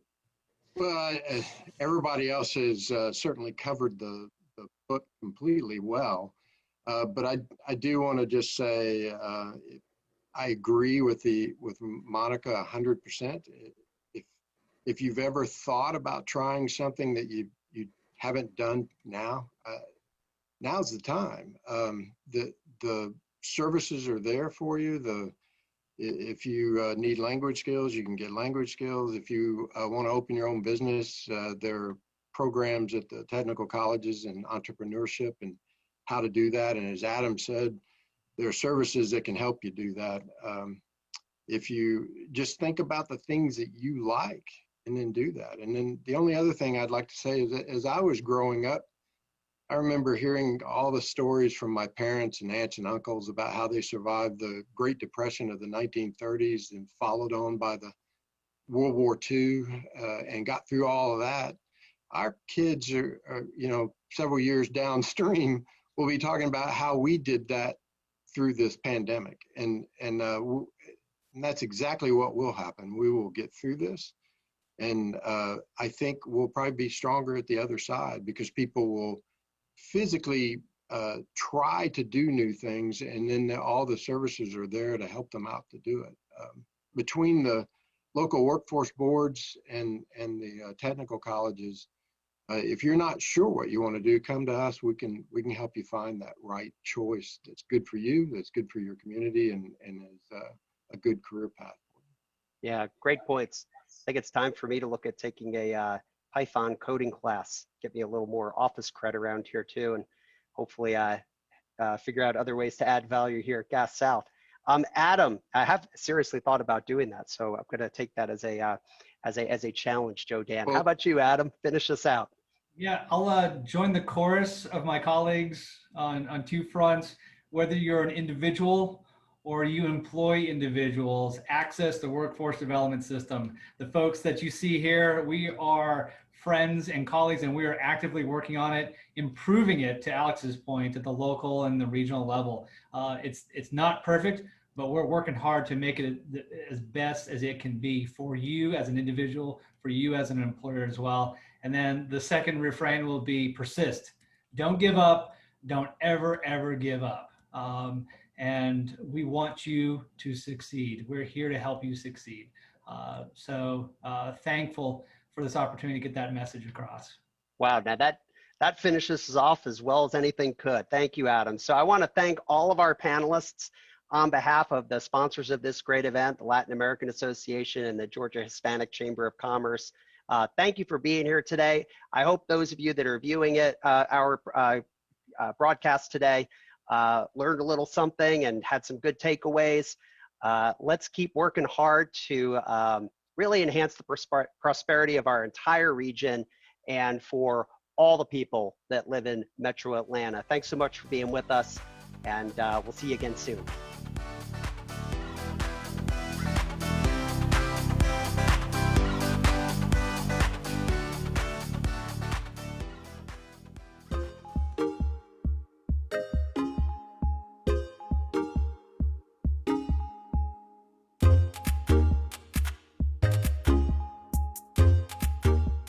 Welcome everyone to the panel on how Latino entrepreneurs are surviving 2020.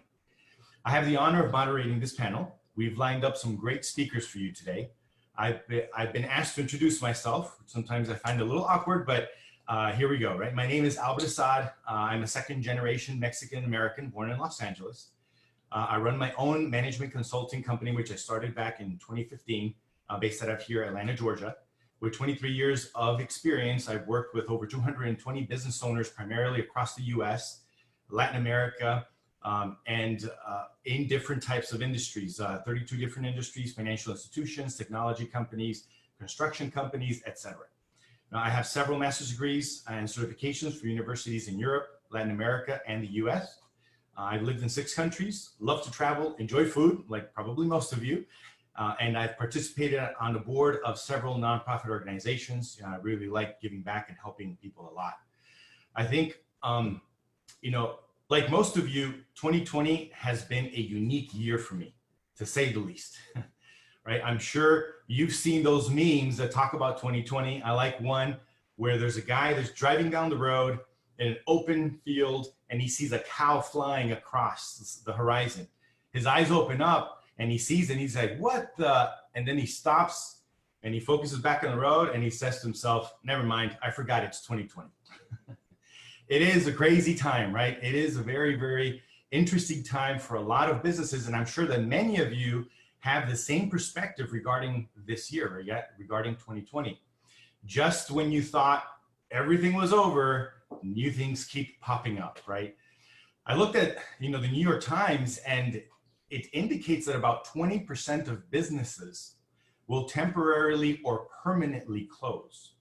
That's a significant amount of business, especially when you look at Georgia. We have over 1 million small businesses operating before COVID started. So you do the math, that's a lot. So, and also, looking at Bloomberg, it says that across, the country, more than 100,000 businesses across the country have permanently closed between March 1st and July 25th. So that's up to July. We haven't even seen the past months. About 800 of those small businesses have already filed for Chapter 11 bankruptcy up to the end of July, according to the American Bankruptcy Institute. And about 58% of small business owners say they're worried about permanently closing, according to the US Chamber of Commerce survey. So yeah, this has been a really, really tough year for a lot of businesses. And you know what's really interesting within all of this, when you look at the Latino community, especially women, this is one of the fastest growing sectors of the population when it comes to creating new businesses. We have a lot of new small business owners that find themselves in this situation, which makes it really, really difficult, right? It's not easy running a business, and especially in this situation. And 90% of Latino businesses in Georgia generate under $200,000. So when you have a situation like COVID that affects businesses, that affects your revenue. And if your revenue is at that level, it's really going to have a big impact, not just on the business, but on your personal life as well. So how does this COVID affect us, right? It's definitely affecting us. So what are ways that it affects us? Well, it affects you in how you make decisions, one. Two, it affects you on how to leverage technology. And three, it affects on what customers' needs are and how you reach out to customers in many other ways, right? However, and I know I'm talking about a lot of negative things, right? But not all of it is doom and gloom. There are actually statistics that show also a lot of businesses are doing well. And some businesses are growing a lot during this time. So the question then we can ask ourselves is, okay, well, why have they grown? What are they doing that I can do to help me grow? And so that's what we're going to be doing in today's panel. We're going to be focusing on talking about some of the items that are going to help you to be able to continue to not just survive, which is important, but to also thrive, right? And we will be focusing on three main areas. We could talk about a lot of different things. We're going to be focusing on three main ones. The first one is management. Second one is marketing. And the third one is technology.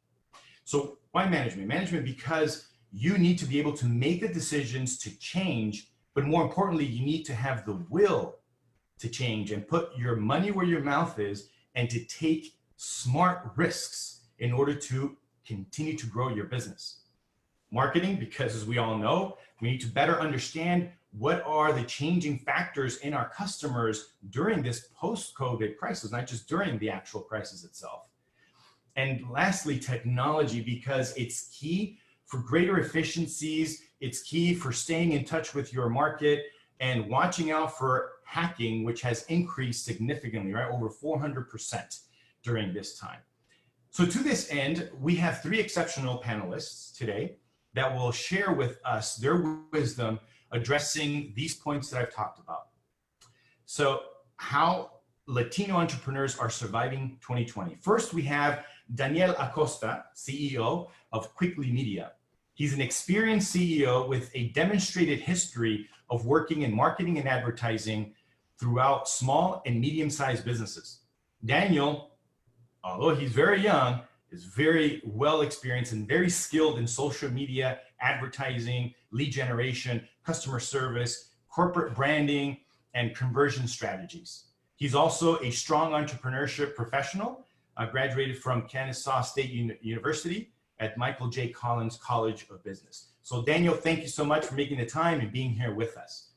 Second, we have Clara Richardson, CEO of CIC Floors. Clara founded CIC Floors with her husband, Cesar, a great guy, I know him, 16 years ago. She's a lawyer in her native Dominican Republic.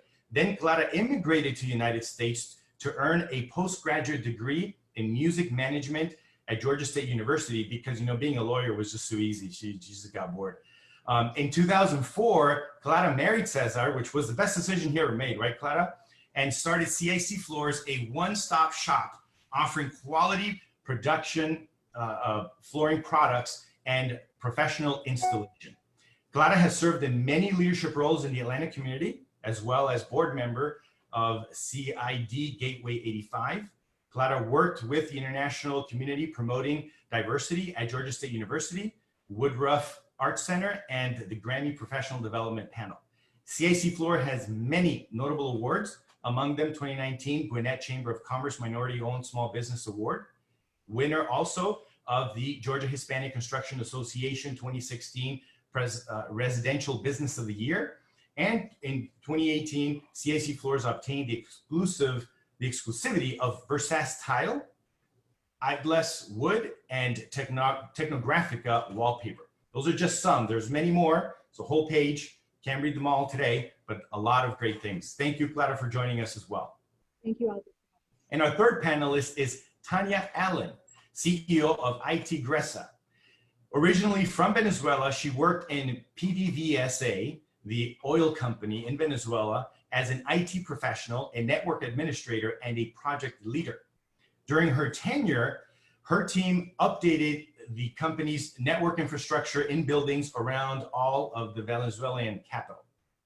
She grew up in a poor family where her mom often had to decide if they were going to put food on the table or if they would buy school books or uniforms so they could attend school. Despite these challenges, Tanya's mom managed to build a house, buy and run a farm, and made sure all her kids got a college degree. And that's why you see Tanya has been so successful, because she gets it from her mom, right? Tanya obtained 3 degrees, one in nursing, graduating when she was just 17 years old. Man, I can't remember what I was doing when I was 17, but I hadn't graduated from anything. Second of all, she also has a degree in information technology. And if that was enough, because she just had more time, she also got a degree in digital engineering, right? Finally, just to polish her resume off, she has a certification in cybersecurity from none other than Georgia Tech. As we all know, very renowned school. She also owns a company that sells fashion and accessories, IT upgrades, and network wiring, and other consulting engagements. She came to the US in 1999 to escape a repressive and dangerous government in Venezuela, as she has commented, and is now, as she says, a proud citizen of the United States of America. So this is our panel. Thank you, Tanya, for joining us as well. So we've got 3 heavy hitters here, everybody. Let's take advantage and ask some really interesting questions. So let's get into the exciting part of all of this. So I'd like to, Clara, I'd like to ask you, let's talk about the elephant in the room, right? And it's not me, okay? I'm talking about COVID-19. When the pandemic started, a lot of people were scared, including myself. I was like, oh my gosh, I don't know what's going to happen. Why? Because no one knew what to expect, right? Were you concerned about the uncertainty for your business? How hard has it been for you as an entrepreneur? Absolutely. I mean, I don't know what was the reaction of the call of closing all the offices and companies, but for us was a phone ringing out of the hook with all of our clients canceling projects, asking for reimbursement, and the next door business shutting down and closing completely. And that was a very scary first 2 weeks for CIC Floors, but we were blessed and we had the opportunity to just think it through it. We have, of course, to close because the city closed. And during that time, we just were able to see all the things ramping up, and clients that closed, all the clients sign up for doing their projects. They were moving to the lake house and they wanted to renovate their homes. And as everybody has seen, COVID-19 have bring people homes and they have to fix their homes. So we are specializing in residential from the floors to your walls. So we just took advantage of it and absolutely help our clients to elaborate a plan to help them, renovate their homes. What great. Well, yes. What encouraged you to make that decision, right, to improve? So I think that the clients definitely start seeing what is going on in their homes, and they wanted to do something different. So I will say that for CIC Floors, seeing what the clients wanted to do, we have to come up with a plan to be able to provide ideas to how to find good products, how to find solutions for their situation at their homes. They are looking to, demo a wall or renovate the kitchen. What about eco-friendly products? So we reinvent the wheel. We have to really reinvent ourselves. We recalibrate, stop, and then decided to really visited different vendors that had opportunities in reallocate everything that is done in online. For example, we have a Shaw that has a tool that called Floorvana, where our clients can visit, they can scan their pictures of their homes and select a product, and they will be able to see their homes with the floors. Technographica also have an amazing tool that you can see their wallpaper all around your home. So we had our own tool in our website as well, using all our different vendors and our own tool. I think that our clients were easy to manage, to make a decision what products they want in their homes. We have to also think about what other things we can bring. So we just visit our full line of eco-friendly products that we've been pushing for years to our clients to think about how to preserve their homes. You know, their homes is the foundation of your, the floors are the foundation of your home. So don't leave your floors for just simple things. Think about eco-friendly products. That's where your pet play, your kids play. That's where you dance, and you really have to dance in good floors. Yeah, and I think that's a great point that you bring up. And I can see the changes that you've made and what really motivated you to do that, which is great. And, you know, Daniel, kind of following along the same lines, you know, how has the pandemic affected you, and how has it affected marketing and customers' perception of branding in general?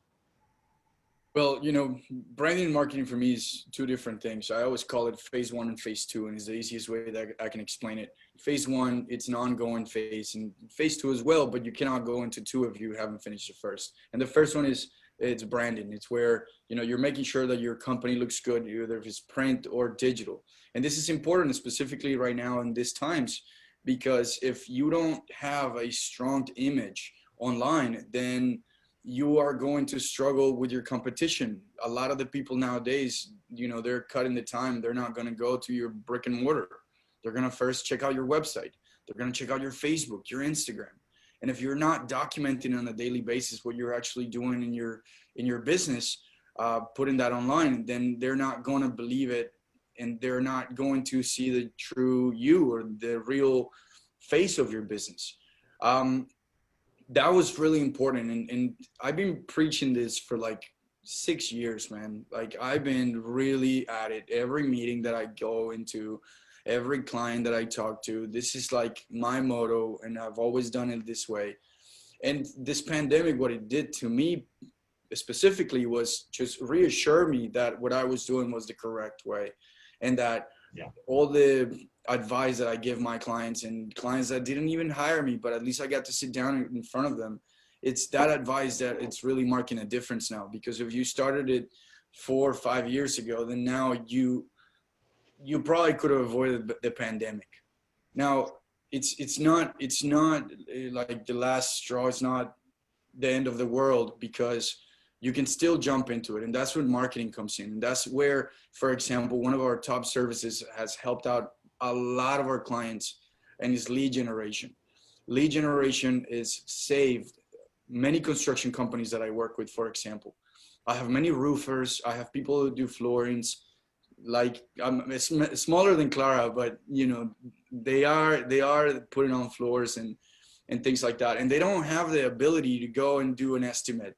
They don't have the ability to go inside a client's house. They don't have the ability to door knocks anymore. Door knocking anymore, because the pandemic won't let them. So what did we do? We filmed a video, we did a promotion, and we ran some Facebook ads that at the end is going to say, click the link, leave your information, and we'll contact you.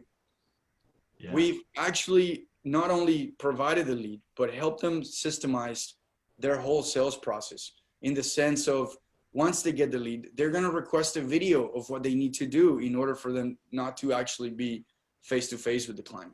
Right. I think that's the mentality that all businesses need to jump into. And that's great. You know, I really agree with what you said, right? This COVID has really forced us to do a lot of things that we probably didn't think about doing before.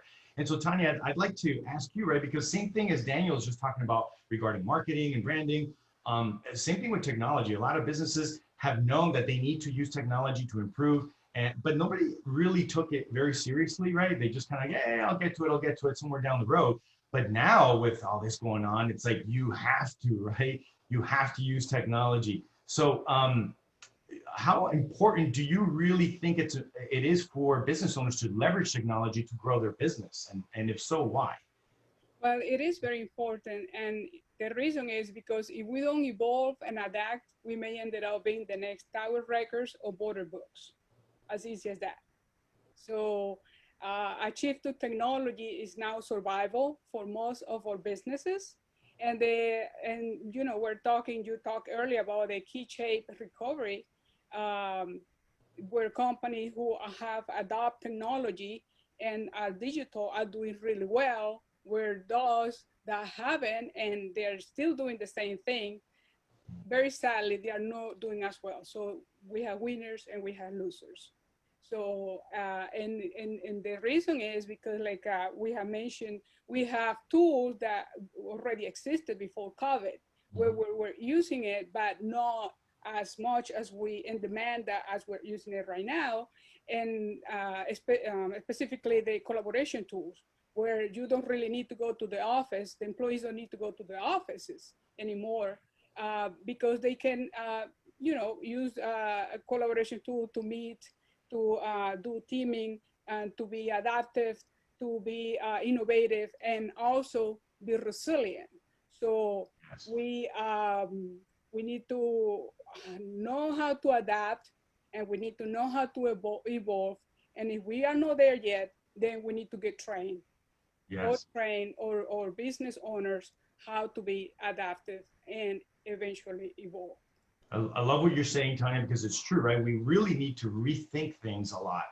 And technology, obviously being a big important factor of all of this, will help us to do that. So you know, going again along those same lines where you're talking about reinventing yourself insofar as what technology can you use, if we took that a step further, Clara, what are you doing to survive during this COVID era, right? Did you have to reinvent yourself? You know, did you, again, going along those lines, come up with maybe new revenue streams? You know, how has that helped you, and how much have you grown since you did any of those changes? Well, you know, as Daniel mentioned, most of the floating companies have to go and do a lot of, you know, face-to-face marketing. When COVID-19 hit us, we have to really concentrate our budget that were spread on different venues. We just concentrated on social media and technology. We decided to not spend too much money in different areas that we were, you know, doing marketing, because it will not allow us to really captivate the attention of our audience and our target also.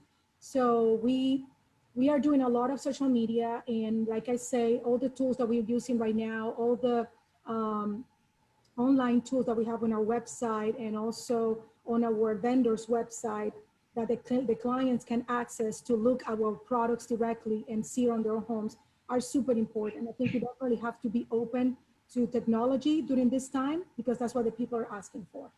Right, and strategically speaking, have you designed like new revenue streams for the business as well? Absolutely. So the eco-friendly products that we are promoting, that's one thing. The other thing was the wallpaper. We also promote that more, but we put a lot of effort on our CIC homes. That is our main, right now, people don't want to do just floors. Right now we are bringing all our kitchen renovation, our home renovation. During the pandemic, we have renovated 3 homes, and we weren't even thinking about that.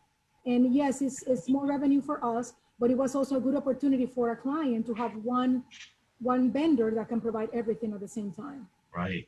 No, that's great. So looking at this, you know, creating new revenue streams will help obviously to increase more sales for the business, which is really important during this time. You know, Daniel, now that everyone is online, right? Because again, we need to create more revenue streams, but on top of creating the revenue streams, we need to leverage all this marketing to help. So what skills are most required from a marketing company, and how can a company stick out of the pack, because now everybody is online? Video. Let me say that one more time, please. Video. Video is so important. It's going to mark the difference. It's going to see who you really are. If you're not doing videos, you are really just being another sticker on a light pole in the middle of Manhattan. You gotta, you like that metaphor? You really gotta do videos. If you don't like doing videos yourself, then hire somebody to do the videos. But you have to get out there with video. Video is the strongest form of advertisement that we have now, especially in social media. Get used to your 15-second videos, your 30-second videos, your 1-minute videos. And especially the most important thing about video is be constant with it. You gotta do it at least once a week, at least twice a week, you know? The moment that you're doing videos of teaching people how to do things, of maybe showing your sales, of giving them tips and value, those are the videos that are gonna start creating a audience, and the audience creates into customers. And when you're gonna go sell and pitch a customer, then you're gonna say, hey, look, don't listen to me, just watch the videos. Well, and this is a great point, right? I love that. I believe people are very visual, so they're definitely going to want to see more, and they'll absorb more if they're seeing it through their eyes, right? So, okay, so now that we're online so much more, Tanya, how important is it to have cybersecurity, or to consider cybersecurity as part of our work, or how we should protect ourselves? Because we're online, we're more exposed, aren't we? Yes, it's very much the beauty of being online is you know, create all kind of opportunity. But since we have COVID-19, the hacking attack had increased 400%, as you mentioned earlier. So what is going on? What's happening? Well, no one is going to their office to work, right? So the hackers are sitting now at home with no money and a lot of time in their hands. And what are they going to do? Hack. Who are they going to hack? You and your business. So because of this whole situation, because now the employees are at home using technology, using just a router that is the only thing that connects them to the world, and they don't have in the headquarters all the IT infrastructure, all the IT team, and all the cybersecurity team that rapidly can go on and protect you. You don't have that in home, okay? Yeah. So they know that. And then they're using the same tools that we're using at home to work. Right. And so that is why we have seen an increase, 400% of hacking attacks, and they're not using anything sophisticated. They're using the same old attacks, but they know they're gonna get into people's computers because they know a lot of people don't have update their applications or system operating. They're using all Windows, Microsoft, and so they know they're very vulnerable, right? And right. So one of the things they are using as well, and we need to be watch out, and this is something I want to share with all of you, is that they're using all the trends that we have right now. What are the trends? PPP, applications and loans, right? We have COVID emails. We have census and voting registration. So when you see an incoming of emails with these kind of attachments, watch out, because it is to hack you. Yeah. It is a phishing attack, coordinated attack to be able to get into your systems and your computers and to be able to leave a backdoor for them to extract your information. Great. Right? Yes, those are all great points. Definitely, I think a lot of us need to be more educated on that. And that's why people like you exist, right? To help us with those types of things. So this is really important. And then, you know, looking also at the big picture, right? I've been hearing a lot about customer centricity, right? You know, some of my teachers at Wharton University have been really focusing on how important it is to go back to customer centricity. And this is an open question for all of you. Have any of you seen a change in customers' needs and their approach of how they're looking for things? From my perspective, absolutely. I think that my clients, of course, they are very scared, and they're trying to figure out a way to understand how they're going to be in their homes, working from home, and also take that opportunity to change that kitchen that they've been wanted to change for so long, right? So the way that they've been approaching is definitely through the phone. If they are renovating a basement, they just try to communicate with my expert, just opening the door and letting come in and then we talk over the phone and explain what we're suggesting. Exchanging the text with pictures. We mail in pictures. We mail in products. We are visiting the clients and leaving stuff at the front door. I think that the shopping have definitely gone virtual. Is Amazon, as you know, and any other shipping company has definitely made the point that that's what is needed. And my clients are using it, and we are supporting them as much as we can in elaborating the project. So, thank you. That's excellent. Well, we're coming to the end now of this panel, and there's so many other questions that we could ask. We could be here for probably a couple more hours of picking the brains of our three panelists. So just some key practices I would recommend at this stage of the COVID crisis, right, is focus on the future, right? If you're not adapting, you're not growing. You have to stay ahead of the game in order not just to survive, but to thrive, right? I cannot emphasize enough the need and the importance to reinvent yourselves is absolutely key. I recommend taking an afternoon with your team to strategize, adjust your vision for the future, incorporate all these things that we've been hearing about today, right? Especially regarding technology and regarding marketing, as you heard from our panel. And get some help if you don't know how to do all of that, right? There's a resource that you have to help all of you. So on behalf of the Latin American Association and the Georgia Hispanic Chamber of Commerce and all our panelists, thank you for joining us, and I hope everybody has a wonderful day. Thank you. Thank you.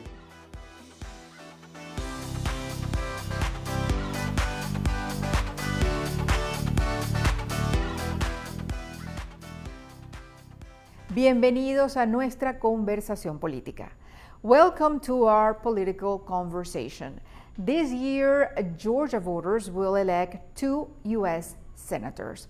Normally, only one U.S. Senate race appears on a ballot during an election cycle.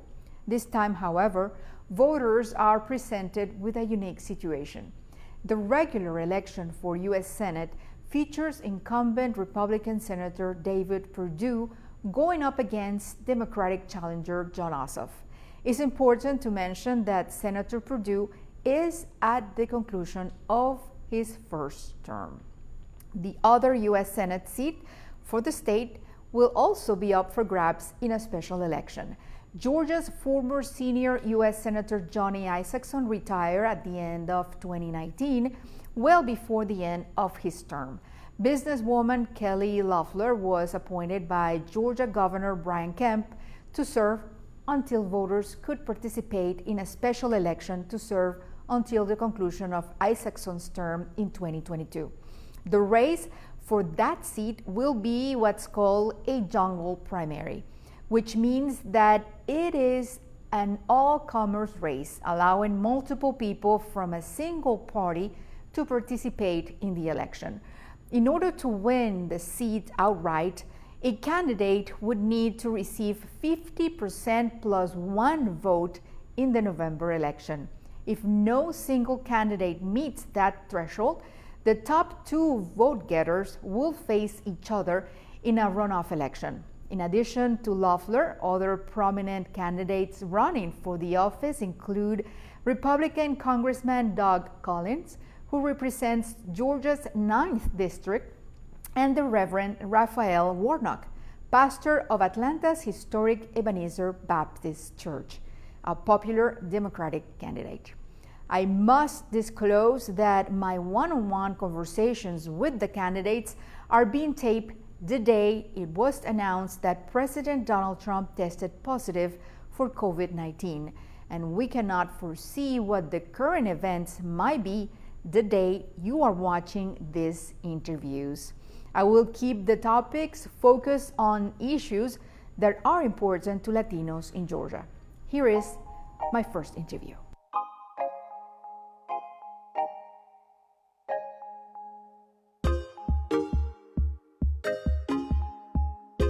Mr. Ossoff, again, thank you for being with us. We will start this series of political conversations with you. So, Gracias, Maria. Thank you so much for having me. I appreciate it. Of course. A strong policy issue of your campaign is the protection of Social Security and Medicare, along with strengthening the Affordable Care Act. Are you concerned that the current agenda of this administration will weaken those programs? Yes, I am. Medicare and Social Security are at risk right now.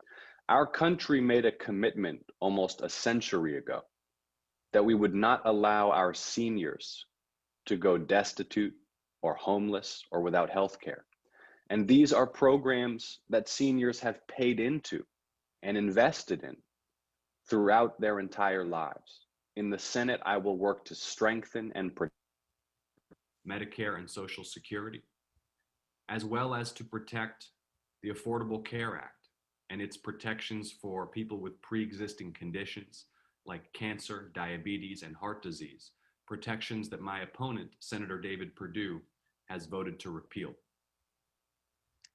Mr. Ossoff, aside from the current pandemic, we are also in the midst of a racial and social justice reckoning in this country.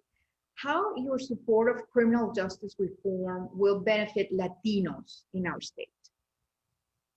Well, I think we need leaders, Mariela, who are honest and open about the fact that there is race and class bias in our criminal justice system. And this bias harms the Latino community.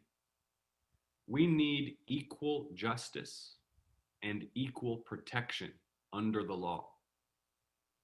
Justice should be blind to race and to class. Every single American should be treated the same by law enforcement, by prosecutors, by judges. And so I will seek to champion in the US Senate a new Civil Rights Act so that the US Constitution's guarantee of equal protection under the law is made real in daily practice. And no one needs to fear that because of how they look or their background or how much money they don't have or have, that they will face unequal justice or persecution. Well, that also, you should include people with accents. Indeed, people with accents. And this also includes when we talk about immigration enforcement. Absolutely. Law enforcement, federal agents must not presume or profile Latinos because of how they look or how they speak. We have to defend the civil liberties of everyone in this country. Thank you. I'm going to go to another topic that I know is very important to you. And I'm going to use the example of Hispanics leaders in states like California, because they have led clean energy initiatives. How will you enroll Latino voices through your environmental and infrastructural proposals? Well, I think that infrastructure and clean energy can unite the people of this state, can unite people behind investments that will upgrade our quality of life, transit, transportation, broadband internet, health clinics, research and development, environmental cleanup, necessary massive investments in clean energy. And all communities will benefit from these investments. And there are brilliant entrepreneurs in the Latino community who are making amazing progress in creating businesses that produce and innovate in renewable and clean energy. And I look forward to working with those Latino business leaders to ensure that Georgia's Latino community benefits from these investments, because there are two things we have to make sure happen. First of all, that public investment in infrastructure and clean energy doesn't just flow through the good old network to people who are already well connected politically. We have to make sure that every community in our state participates equitably in this economic opportunity. And second of all, when we're talking about infrastructure projects, we have to make sure that it's not marginalized or underrepresented communities who, for example, are victimized by environmental degradation. Environmental justice is an important issue.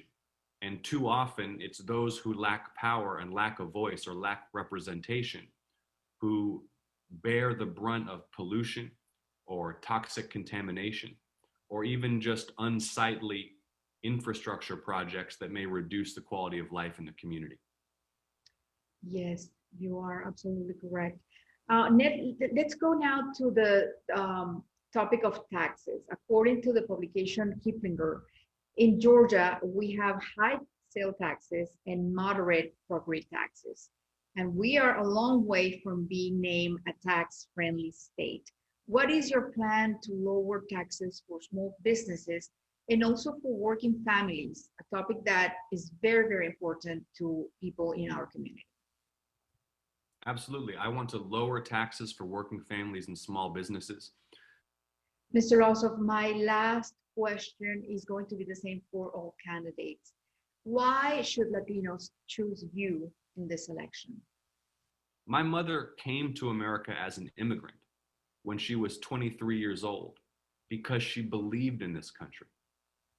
That doesn't mean that she indulged some fantastical idea of our past. She understood its complexity. She understood America's flaws, but she also admired and recognized our capacity for progress, and that the principle of universal human rights was written into our founding documents. And she became an activist, marching for women's rights, and she became a citizen because she recognized that participation in our democracy is the way to move this country forward. We need to recommit to that founding ideal of universal human rights. We need to heal and unite and focus on what brings us together, our shared interests in prosperity and health, in economic opportunity, in education that's accessible to all, those basic building blocks of human flourishing. That should be our focus, not what divides us. Thank you. Thank you so much for sharing your thoughts with our community. We really appreciate your time. Thank you, Mariela. Anytime.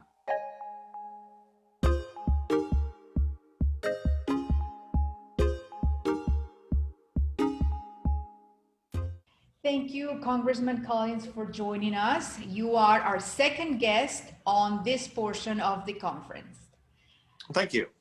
As you well know, Northeast Georgia is home to a thriving agriculture industry, and that industry thrives in great part thanks to Latino hands, Hispanic workers. If you are elected to the Senate, what would you propose to help farmers, ranchers, growers, and processors who depend on Hispanic workers to succeed? That's a great question. Something we've already been working on. And I think this is the part that we need to understand. There's a big disconnect many times in our country discussing illegal immigration, but also not focusing on legal immigration. And I think those are the two things that we need to focus on. Everyone, I think, would agree a secure border and a secure process has to be part of the equation. But one of the things that I really wanted to work on in this last Congress, but yet, frankly, the other side shut us down, was H-2A. Really redoing that program. Georgia is the largest user of H-2A labor in the country, and if we could make that work where the laborers could come in, they could earn their living, go back home, have a little more freedom of travel, that is something that we really need, because a lot of the laborers that do come in, they enjoy being able to come in and work, but they do want to go home as well.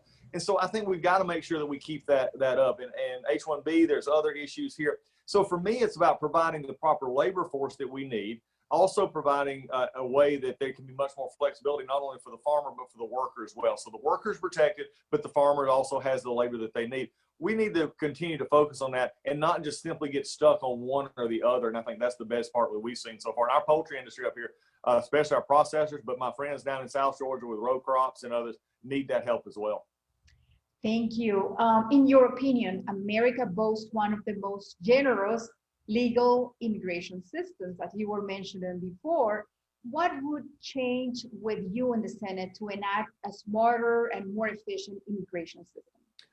Well, I think what we have an opportunity, and I would say on the possibility of, and the probability, I believe, of President Trump being reelected, I think he really wants to find a solution for this. I've talked with him on many occasions about this, and I think for me in the Senate, there's a chance to come to a consensus that can blend the two aspects that really are out there right now, the more liberal aspect or the more open, immigration kind of system to a more conservative closed system. There is a place in the middle, but it takes someone willing to go in and find the compromise. We've done that. We've proven that in other areas such as criminal justice reform and other things, that I think I can bring that to the immigration front. Is also someone who actually understands this issue, who's been there, who's actually lived with it in our districts, in our state, but also as a ranking member of the Judiciary Committee, we dealt with it all across the country over the past few years. And so I think bringing just a forceful voice that is a conservative that people understand is not going to just open the borders, but also have one that is security orientated, that we can have a mix. I think that's what you need in the Senate right now, is a strong voice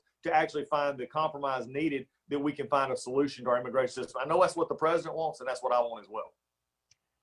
Congressman, I know that it's very important for you, the standing of the United States as a beacon of hope and democracy in the world. How would you propose, as a United States Senator, that the State Department works with Latin American countries to promote American ideals?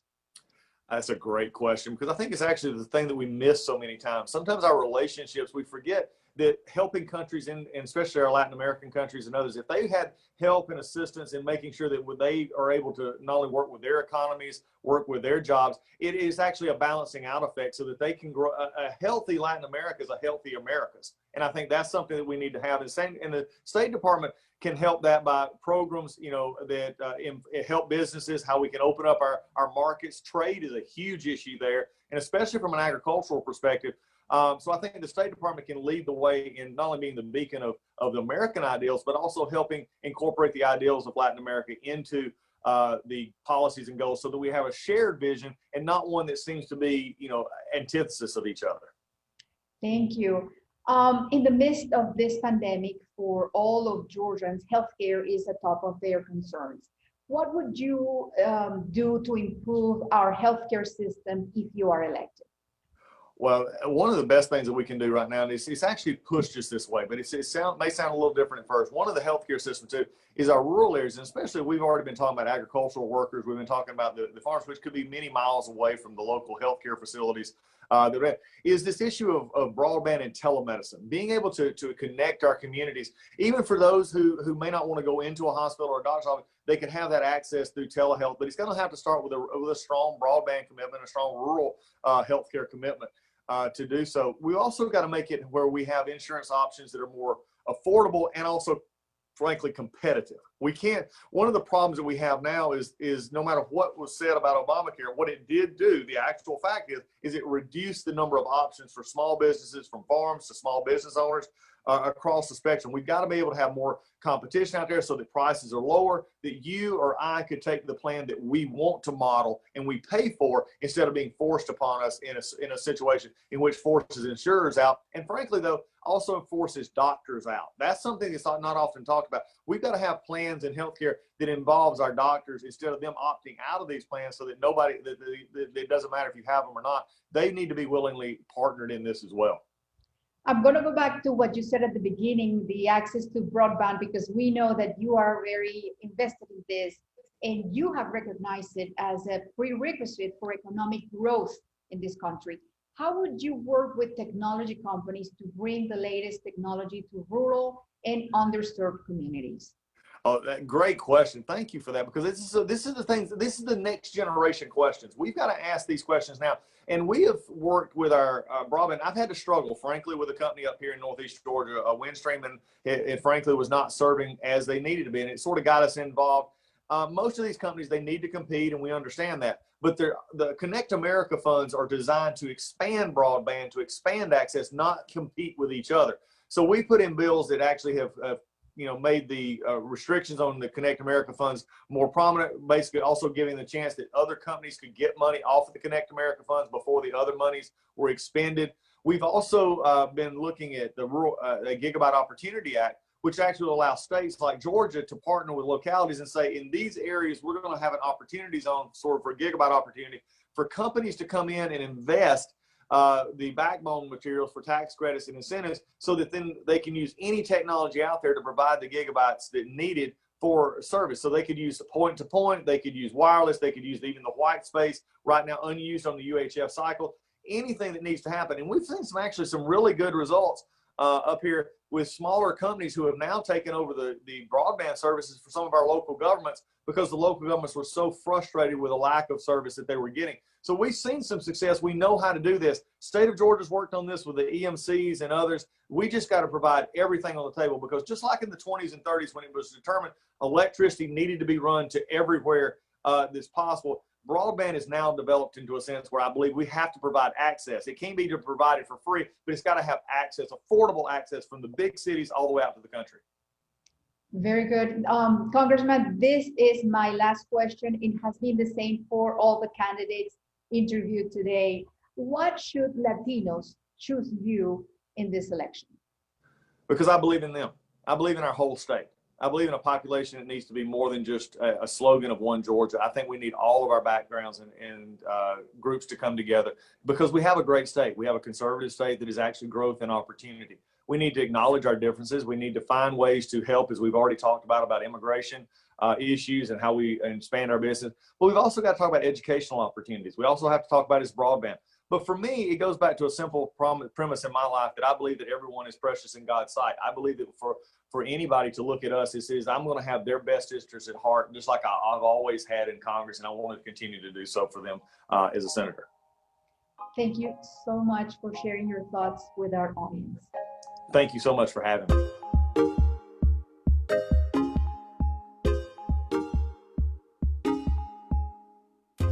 Reverend Warnock, the participants of this conference just heard from Congressman Collins.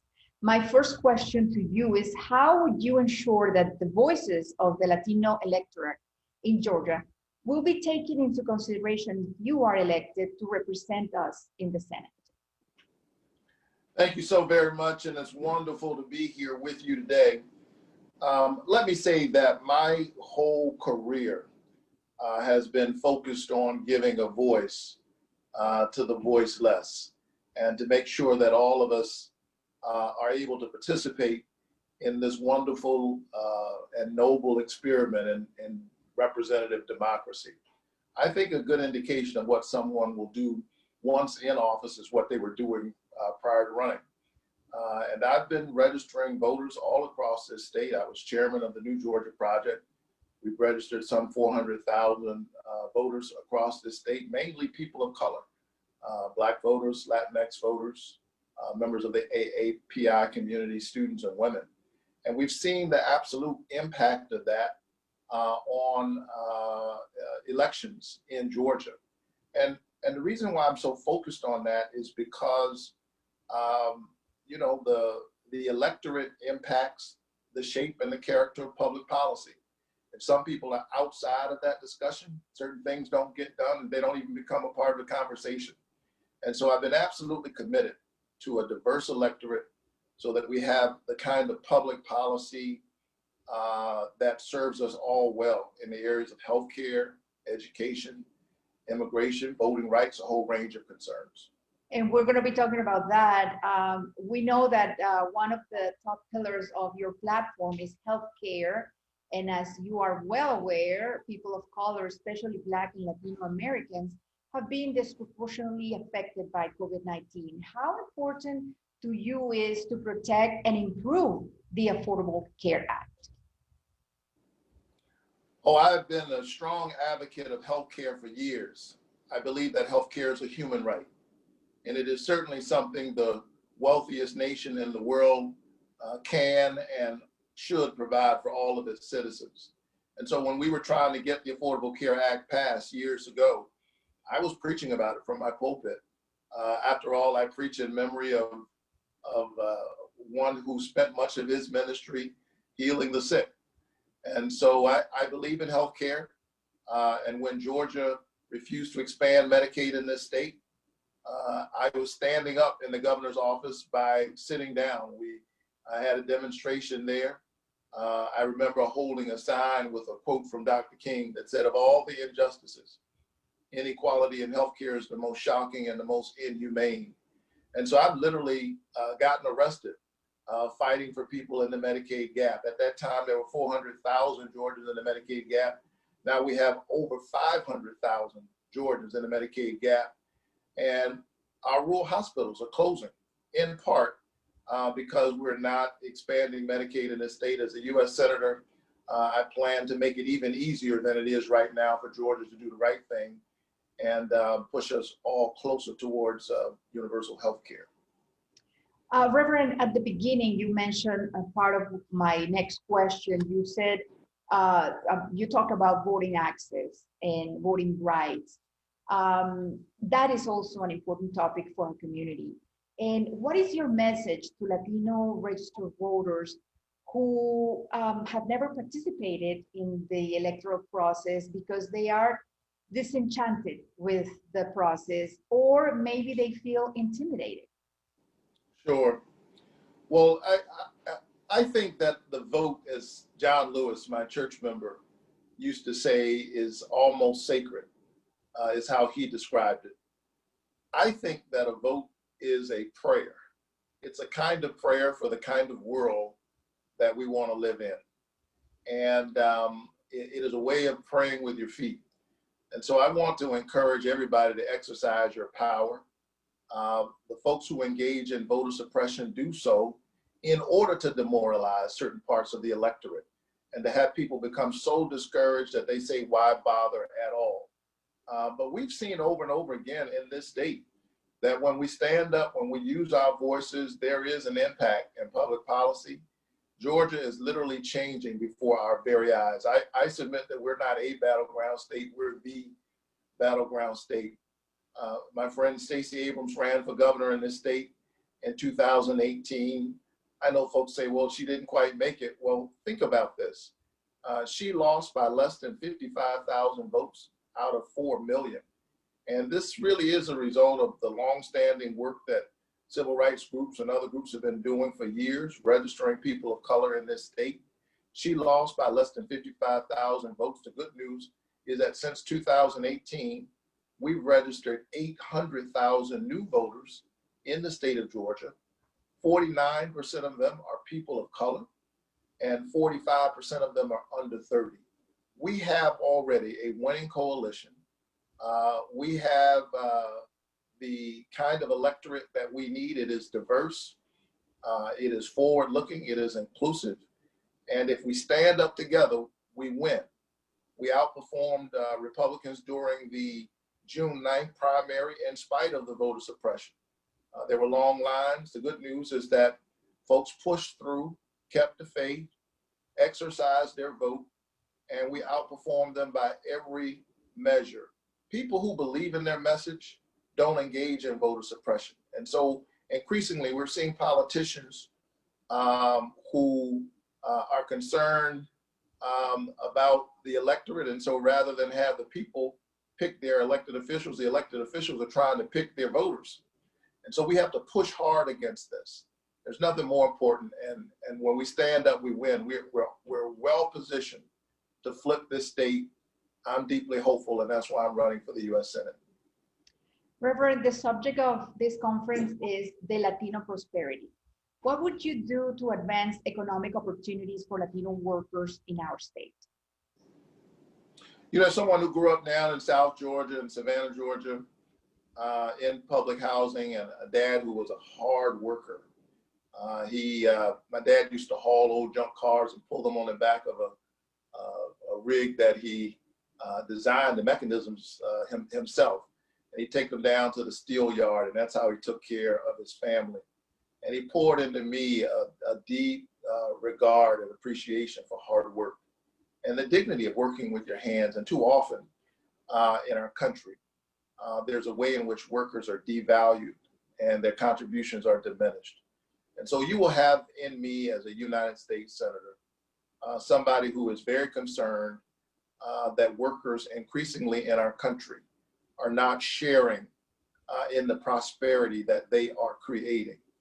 And so we have to make sure that they are able to organize. We have to support the PRO Act, which will strengthen the right of workers always to organize, because it is their collective strength that gives them the ability to negotiate.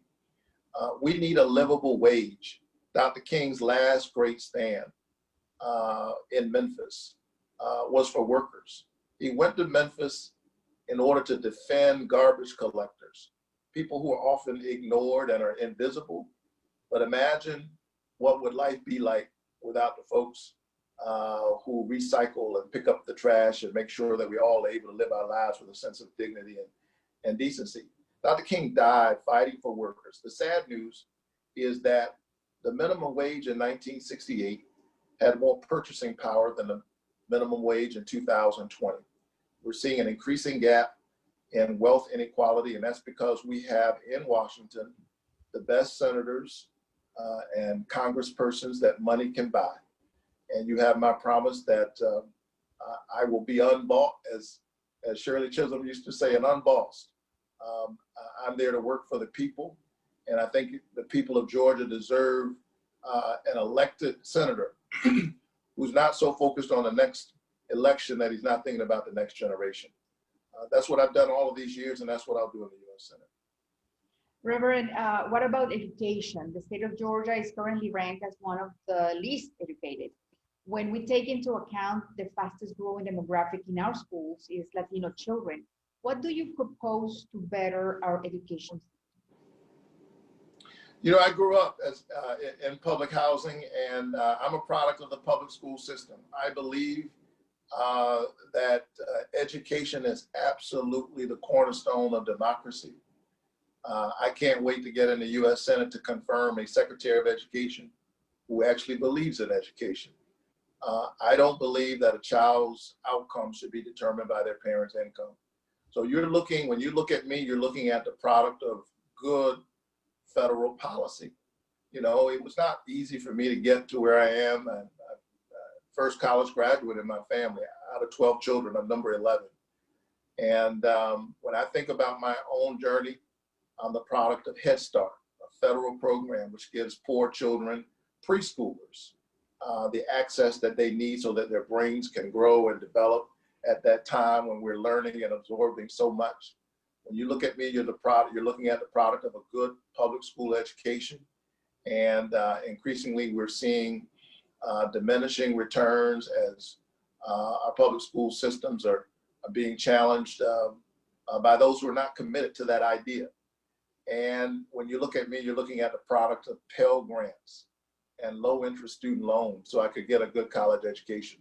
And so I want to make sure that young people all over this state have access to good quality schools, that parents have access to good preschool education, and that we see that as part of the working infrastructure in our country.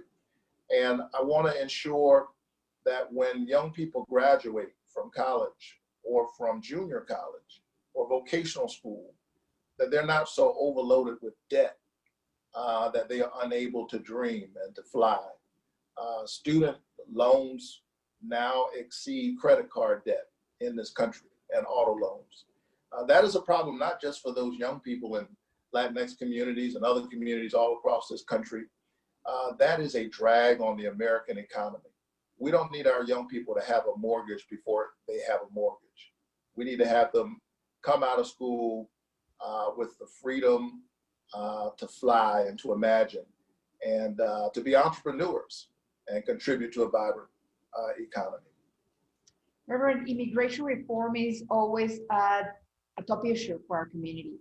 The current situation at the border has been described as a humanitarian crisis. What are your thoughts on fixing this problem? You know, I've been engaged on this issue for many years. And of course, one of the flashpoints was a few years ago when we heard the horrible stories about young people, children, being separated from their parents, the trauma related to that, and then locked up in cages. This is not who we are, not at our best. It flies in the face of our values. You know, I often remind people that Jesus was a dreamer whose parents smuggled him, if you will, as an undocumented immigrant into Egypt in order to protect him from the excesses of a despot. And so when I look into the eyes of dreamers, I see my own children. These are young people who have only known this country. And these are communities that are already contributing much. They pay their taxes. They make an absolute contribution to the American economy, and we need to pull people out of the shadows so that they can have a dignified path to citizenship and contribute to this bold and vibrant experiment called democracy. I believe in the American covenant, e pluribus unum, out of many, one. We are a nation of immigrants.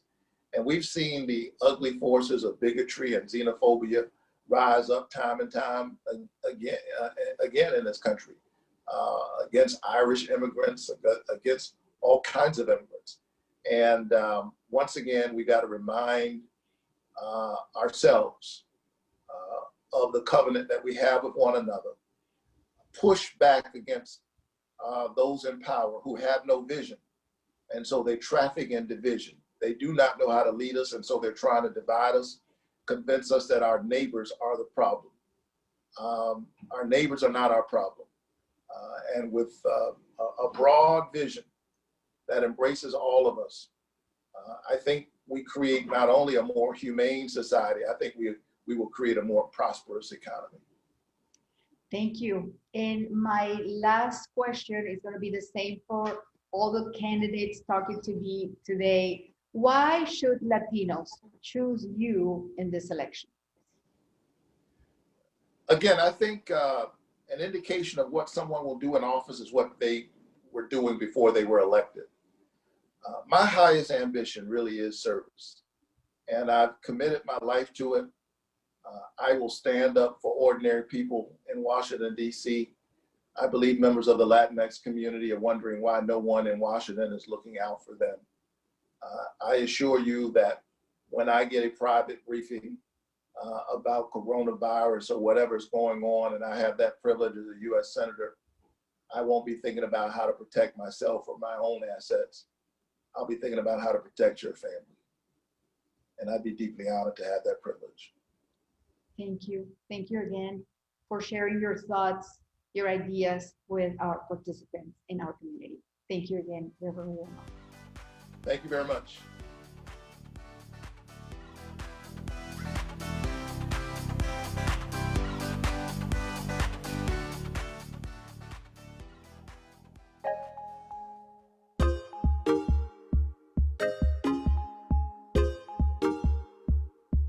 Hello, everyone. I'm Willie Rivero, Vice President of Automotive Maintenance and Engineering for UPS. I'm honored today to introduce Juan Perez, the keynote speaker for the 2020 Latino Prosperity Conference. Juan is the Chief Information and Engineering Officer for UPS. He is a member of the UPS Executive Leadership Team and has responsibility for all technology and engineering functions. He currently serves on the Hershey's Company's Board of Directors and is the Executive Advisor for the UPS African American Business Resource Group. Juan is a proud graduate of the University of Southern California, where he received a Bachelor in Science in Industrial Systems Engineering and a Master's of Science in Computer and Manufacturing Engineering. For 7 years, Juan was a lecturer at USC, where he taught courses in engineering, quality control, and operations management. He was named one of 3 distinguished alumni by the USC School of Engineering. Juan began his UPS career 30 years ago as an intern. Since then, he has held assignments in operations, industrial engineering, process management, and technology in the U.S. and international business units. He currently manages a budget of over $6 billion between IT and engineering. His engineering responsibilities include industrial engineering planning, measurement, and quality, buildings and systems, including building construction and corporate sustainability, as well as automotive maintenance and engineering, which leads groups that are in charge with defining the future of operational technology strategies for UPS. That includes robotics, automation, and network optimization. Juan holds 17 issued patents and has another 20 patent pending applications. His work with the UPS technology and engineering teams helped develop Orion, the on-road integrated optimization and navigation system that optimizes delivery routes to improve service levels and operational efficiency. This was a major technology accomplishment that significantly changed the delivery and pickup routing process at UPS. Juan's rise to the C-suite in corporate America started from humble beginnings, deeply rooted in family and a service to his local community. He was born in Mexico City, the son of Cuban immigrant parents who sacrificed everything to give their children an opportunity for a better life and the hope for freedom. He's an American dream story, and the driving force for his success begins with a strong commitment to hard work, higher education, and family. Without further ado, please welcome Juan Perez.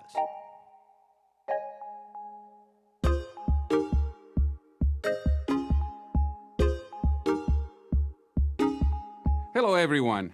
I hope you're all safe and enjoying this great conference. We have heard of an impressive group of speakers and panelists who have provided great insights and much to think about. And it is truly an honor for me to spend a few minutes closing the conference with just a few thoughts. I really like the theme of the conference, Latino Prosperity. The word prosperity means being successful, flourishing, or a thriving condition. I really believe in my heart that Latinos in the U.S. have prospered over the years, but there is so much more to do to help our people and our communities continue to prosper.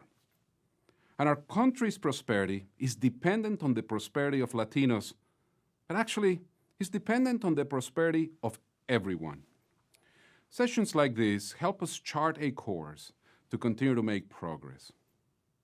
Now, although, as you can hear, I speak with an accent, I am a proud American who loves our country. And no matter the issues, the challenges, and the uncertainties that we're living today, we live in freedom, something we should never take for granted. I was born in Mexico City 54 years ago. My mom and dad were immigrants who lived a comfortable and great life in Cuba, until one day their entire world fell apart. My dad ran a highly successful business in the textile industry. His manufacturing plants made work uniforms for different enterprises in Cuba and other countries, and his business was truly prosperous. One day, he was given a choice: to support a regime he did not agree with and which oppressed his entrepreneurial spirit, or leave everything behind and venture to a new land with my mother and basically nothing else. He chose the latter and left as a political refugee to the U.S. Not able to speak the language, my dad decided to go to Mexico, and with support from great people, a mindset of quality, hard work, and humility, he rebuilt his business in a foreign country and was very successful. His business prospered. A Latino business prospered as a result of my dad's ability to connect with people and his genuine interest in his employees and their well-being. In my view, my dad's story is the perfect story of Latino prosperity. And he passed his work ethic and dedication on to my brother and I. He valued personal development and made sure that we received the best education possible. My dad was my mentor, my role model, and my inspiration. And to this date, he still lives in my heart and in my mind. That's why I believe that prosperity is based on a solid family foundation. At 18, I was given the opportunity to study abroad. I was accepted in 2 of the 3 schools that I applied to, Stanford and USC, the University of Southern California. UCLA actually rejected me. So you can imagine how I feel when I see UCLA play against any team. Now, I graduated with a degree in Industrial and Systems Engineering and a master's in Computer and Manufacturing Engineering from USC. And I was also there a teacher for 7 years. My education has opened doors for me to find not only my job with UPS, but many other opportunities, and gave me an advantage that many at the time I started with the company did not have. I had the capability to link processes, measurement, and methods to technology to actually improve our service and our productivity. And that is why today I can tell you that prosperity is also enabled by a good education. Now, I've worked for UPS for almost 31 years. I could not have selected a better company to work for. UPS is truly a fascinating organization with more than 525,000 employees, operating in 220 plus countries and territories, and in many different branches of logistics. But UPS is also an organization that values diversity of thought. Actually, UPS is an organization that values diversity of everything. I have learned much in my 30 years with the company. One of the most important lessons has been to approach every assignment and every role with professionalism, with dedication, and with what our founder used to say at UPS, Jim Casey, constructive dissatisfaction. And much of my prosperity in UPS has been the result of hard work and commitment to the values, to the objectives, and the mission of this great company. That, combined with the support and the guidance of great leaders, has helped me learn and advance over the years. Because you see, prosperity is reached with the support of others. Prosperity also requires sacrifice and a willingness to sometimes do what you think you do not need to do. And I'll give you one example. When I started with UPS, I was a loader and a driver. Quite frankly, I never expected to do those jobs when I graduated. Now, granted, I worked in Beverly Hills 90210, but the experiences showed me how the company worked, the amazing work that our people do, the expectations of the job, and very importantly, how we could do things better through the use of technology. To this date in my current role, I still reflect back on those experiences in the way that we make decisions and the way that we design solutions. And those experiences I will never forget. They have helped me connect with the company in ways I could not have done by working from afar. So with that, prosperity also requires resiliency. UPSers all over the world have always shown incredible resiliency to get things done, to deliver what our customers need, where they need it, when they need it, and with high precision, and also, very importantly, with great consistency, no matter where you are. I have always been amazed by the enormous efforts that our people put into doing what they do each and every day. But that resiliency has been more evident these days than ever before. The global pandemic has required our people to adjust to new ways of working, to new safety protocols, to new procedures, and to significant changes in our operating models. These changes have been driven by consumer behavior, changes driven by remote work, by businesses adjusting their own operating models, and an explosion of e-commerce that has driven more residential deliveries at this time of the year than any other year. And we have, in essence, been operating in peak mode for several months now, and we're currently preparing for a traditional peak season, which is the time of Thanksgiving and the Christmas holidays. So that takes me to another condition for prosperity, and that is the ability to change and adapt, no matter the conditions. The COVID pandemic made us change the way we did business very quickly. I believe it has helped us provide essential services to customers around the world, and the commitment and drive of all UPSers have helped. This, combined with our strong portfolio of services and our customer focus, has allowed us to support governments, businesses, and consumers throughout the crisis. I'm actually especially proud of my IT and engineering groups for what they have done to support our company. A short few months ago, we did not have a policy that supported thousands of employees working from home. Our IT team, in record time, prepared our infrastructure to support close to 40,000 remote workers without a glitch. Our technology today continues to support the needs of shippers and consumers, and it helps us run UPS. And during these times of uncertainty, one thing has definitely remained certain for me.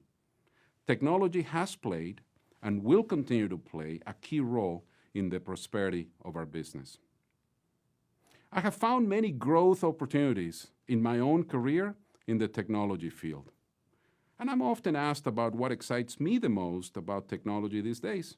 And yes, I'm excited about robots and artificial intelligence and machine learning. I'm excited about the potential of virtual and augmented reality, advanced cloud technologies and sensors, definitely drones and autonomous vehicles, and so many other new and emerging technologies. However, today, the ability to analyze massive amounts of data to derive business insights like never before is what excites me the most. We have been on this journey at UPS for some time now, but the potential is still significant. Data and analytics have helped us improve our business in many ways, and they're also helping us adjust to new business conditions. To do this well, we will continue to need skilled engineers, data scientists, and analysts who will be able to derive insights from complex data sets and simplify them in a way we can act. We will need professionals who can solve some of the most complex problems in supply chain we have ever seen, as customer demands and their needs continue to change. I definitely see great opportunities for Latino graduates in these fields, and I would like to see many of them join UPS. Remember, prosperity is fueled by skills and capabilities that set you apart from your competitors. When I think about the future, I remain optimistic and encouraged. First, as a company, UPS has been able to overcome incredible challenges in our 113-year history. Constant innovation, the amazing dedication of our people, and our never-ending drive to help customers succeed have and will continue to be part of who we are and will help us overcome the current crisis. As a country, I have great faith in the American people, in the spirit of America. What attracted me to the U.S. when I was a young boy growing up in Mexico continues to fuel my hopes and dreams for everyone in our great country. Freedom, opportunity, innovation, the dream of being able to accomplish anything, and the possibility of going from loading trucks to running the IT and engineering functions of a Fortune 50 company make the U.S. a very special place. I am an engineer by trade, and I could not end this conference today without sharing a formula with you. Think about it. R plus I plus 2 times T equals P. What does that mean? Well, resiliency plus innovation plus talent plus technology equal prosperity. Let's continue to create an environment where all these elements will help us prosper. Remember, Latino prosperity is possible. Latino prosperity is real. Latino prosperity will continue to grow. Latino prosperity in Georgia is now. I want to thank you for your time and for your engagement in such an important conference. And please, whatever you do, be safe. Thank you.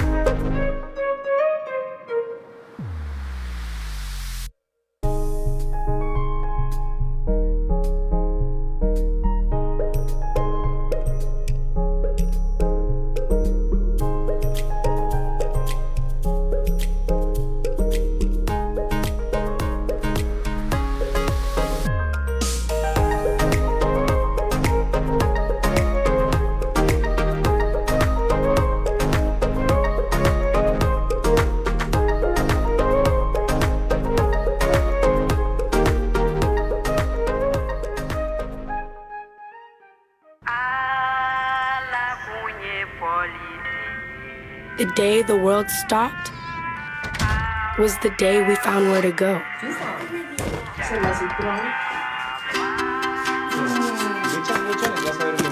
Lost together, we discovered ourselves again. And we realized that the things that matter deserve time. That looks good.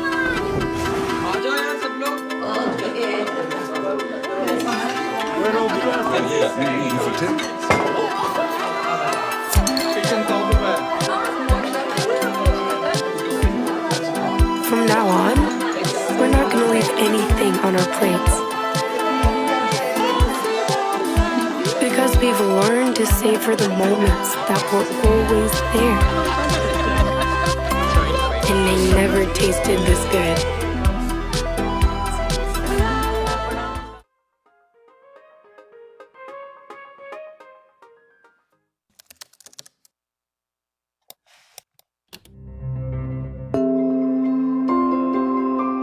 At Forward US, we're focused on fixing the failed immigration and criminal justice systems that have locked too many out of the American dream for too long, holding us all back. Our immigration system was designed in the middle of the last century. We need one that leads America well into the 21st century. Founded by business and tech leaders, Forward US is a bipartisan team working to create a stronger America. We bring people together from across the aisle to break through partisan gridlock and create an immigration system that fits the need of the modern Georgia economy, Georgia families, and spurs growth and innovation. Having an immigration system that works is vital to attracting talent and investments, and tuition equity for dreamers is a crucial piece of that puzzle. We all win when businesses can hire the workers they need and help the economy stay strong. Together, we can ensure that Georgia will continue to be the #1 state in which to do business. It is an honor to work beside Georgia leaders during this critical moment.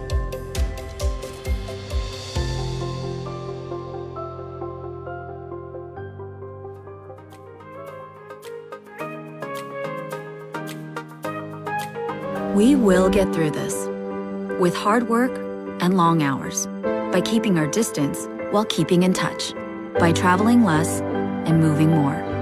You do your part by staying home, and we'll do our part to keep the lights on, providing you with reliable energy and giving you more ways to use it efficiently. We know home means more now than ever. Count on us to be here so you can be there.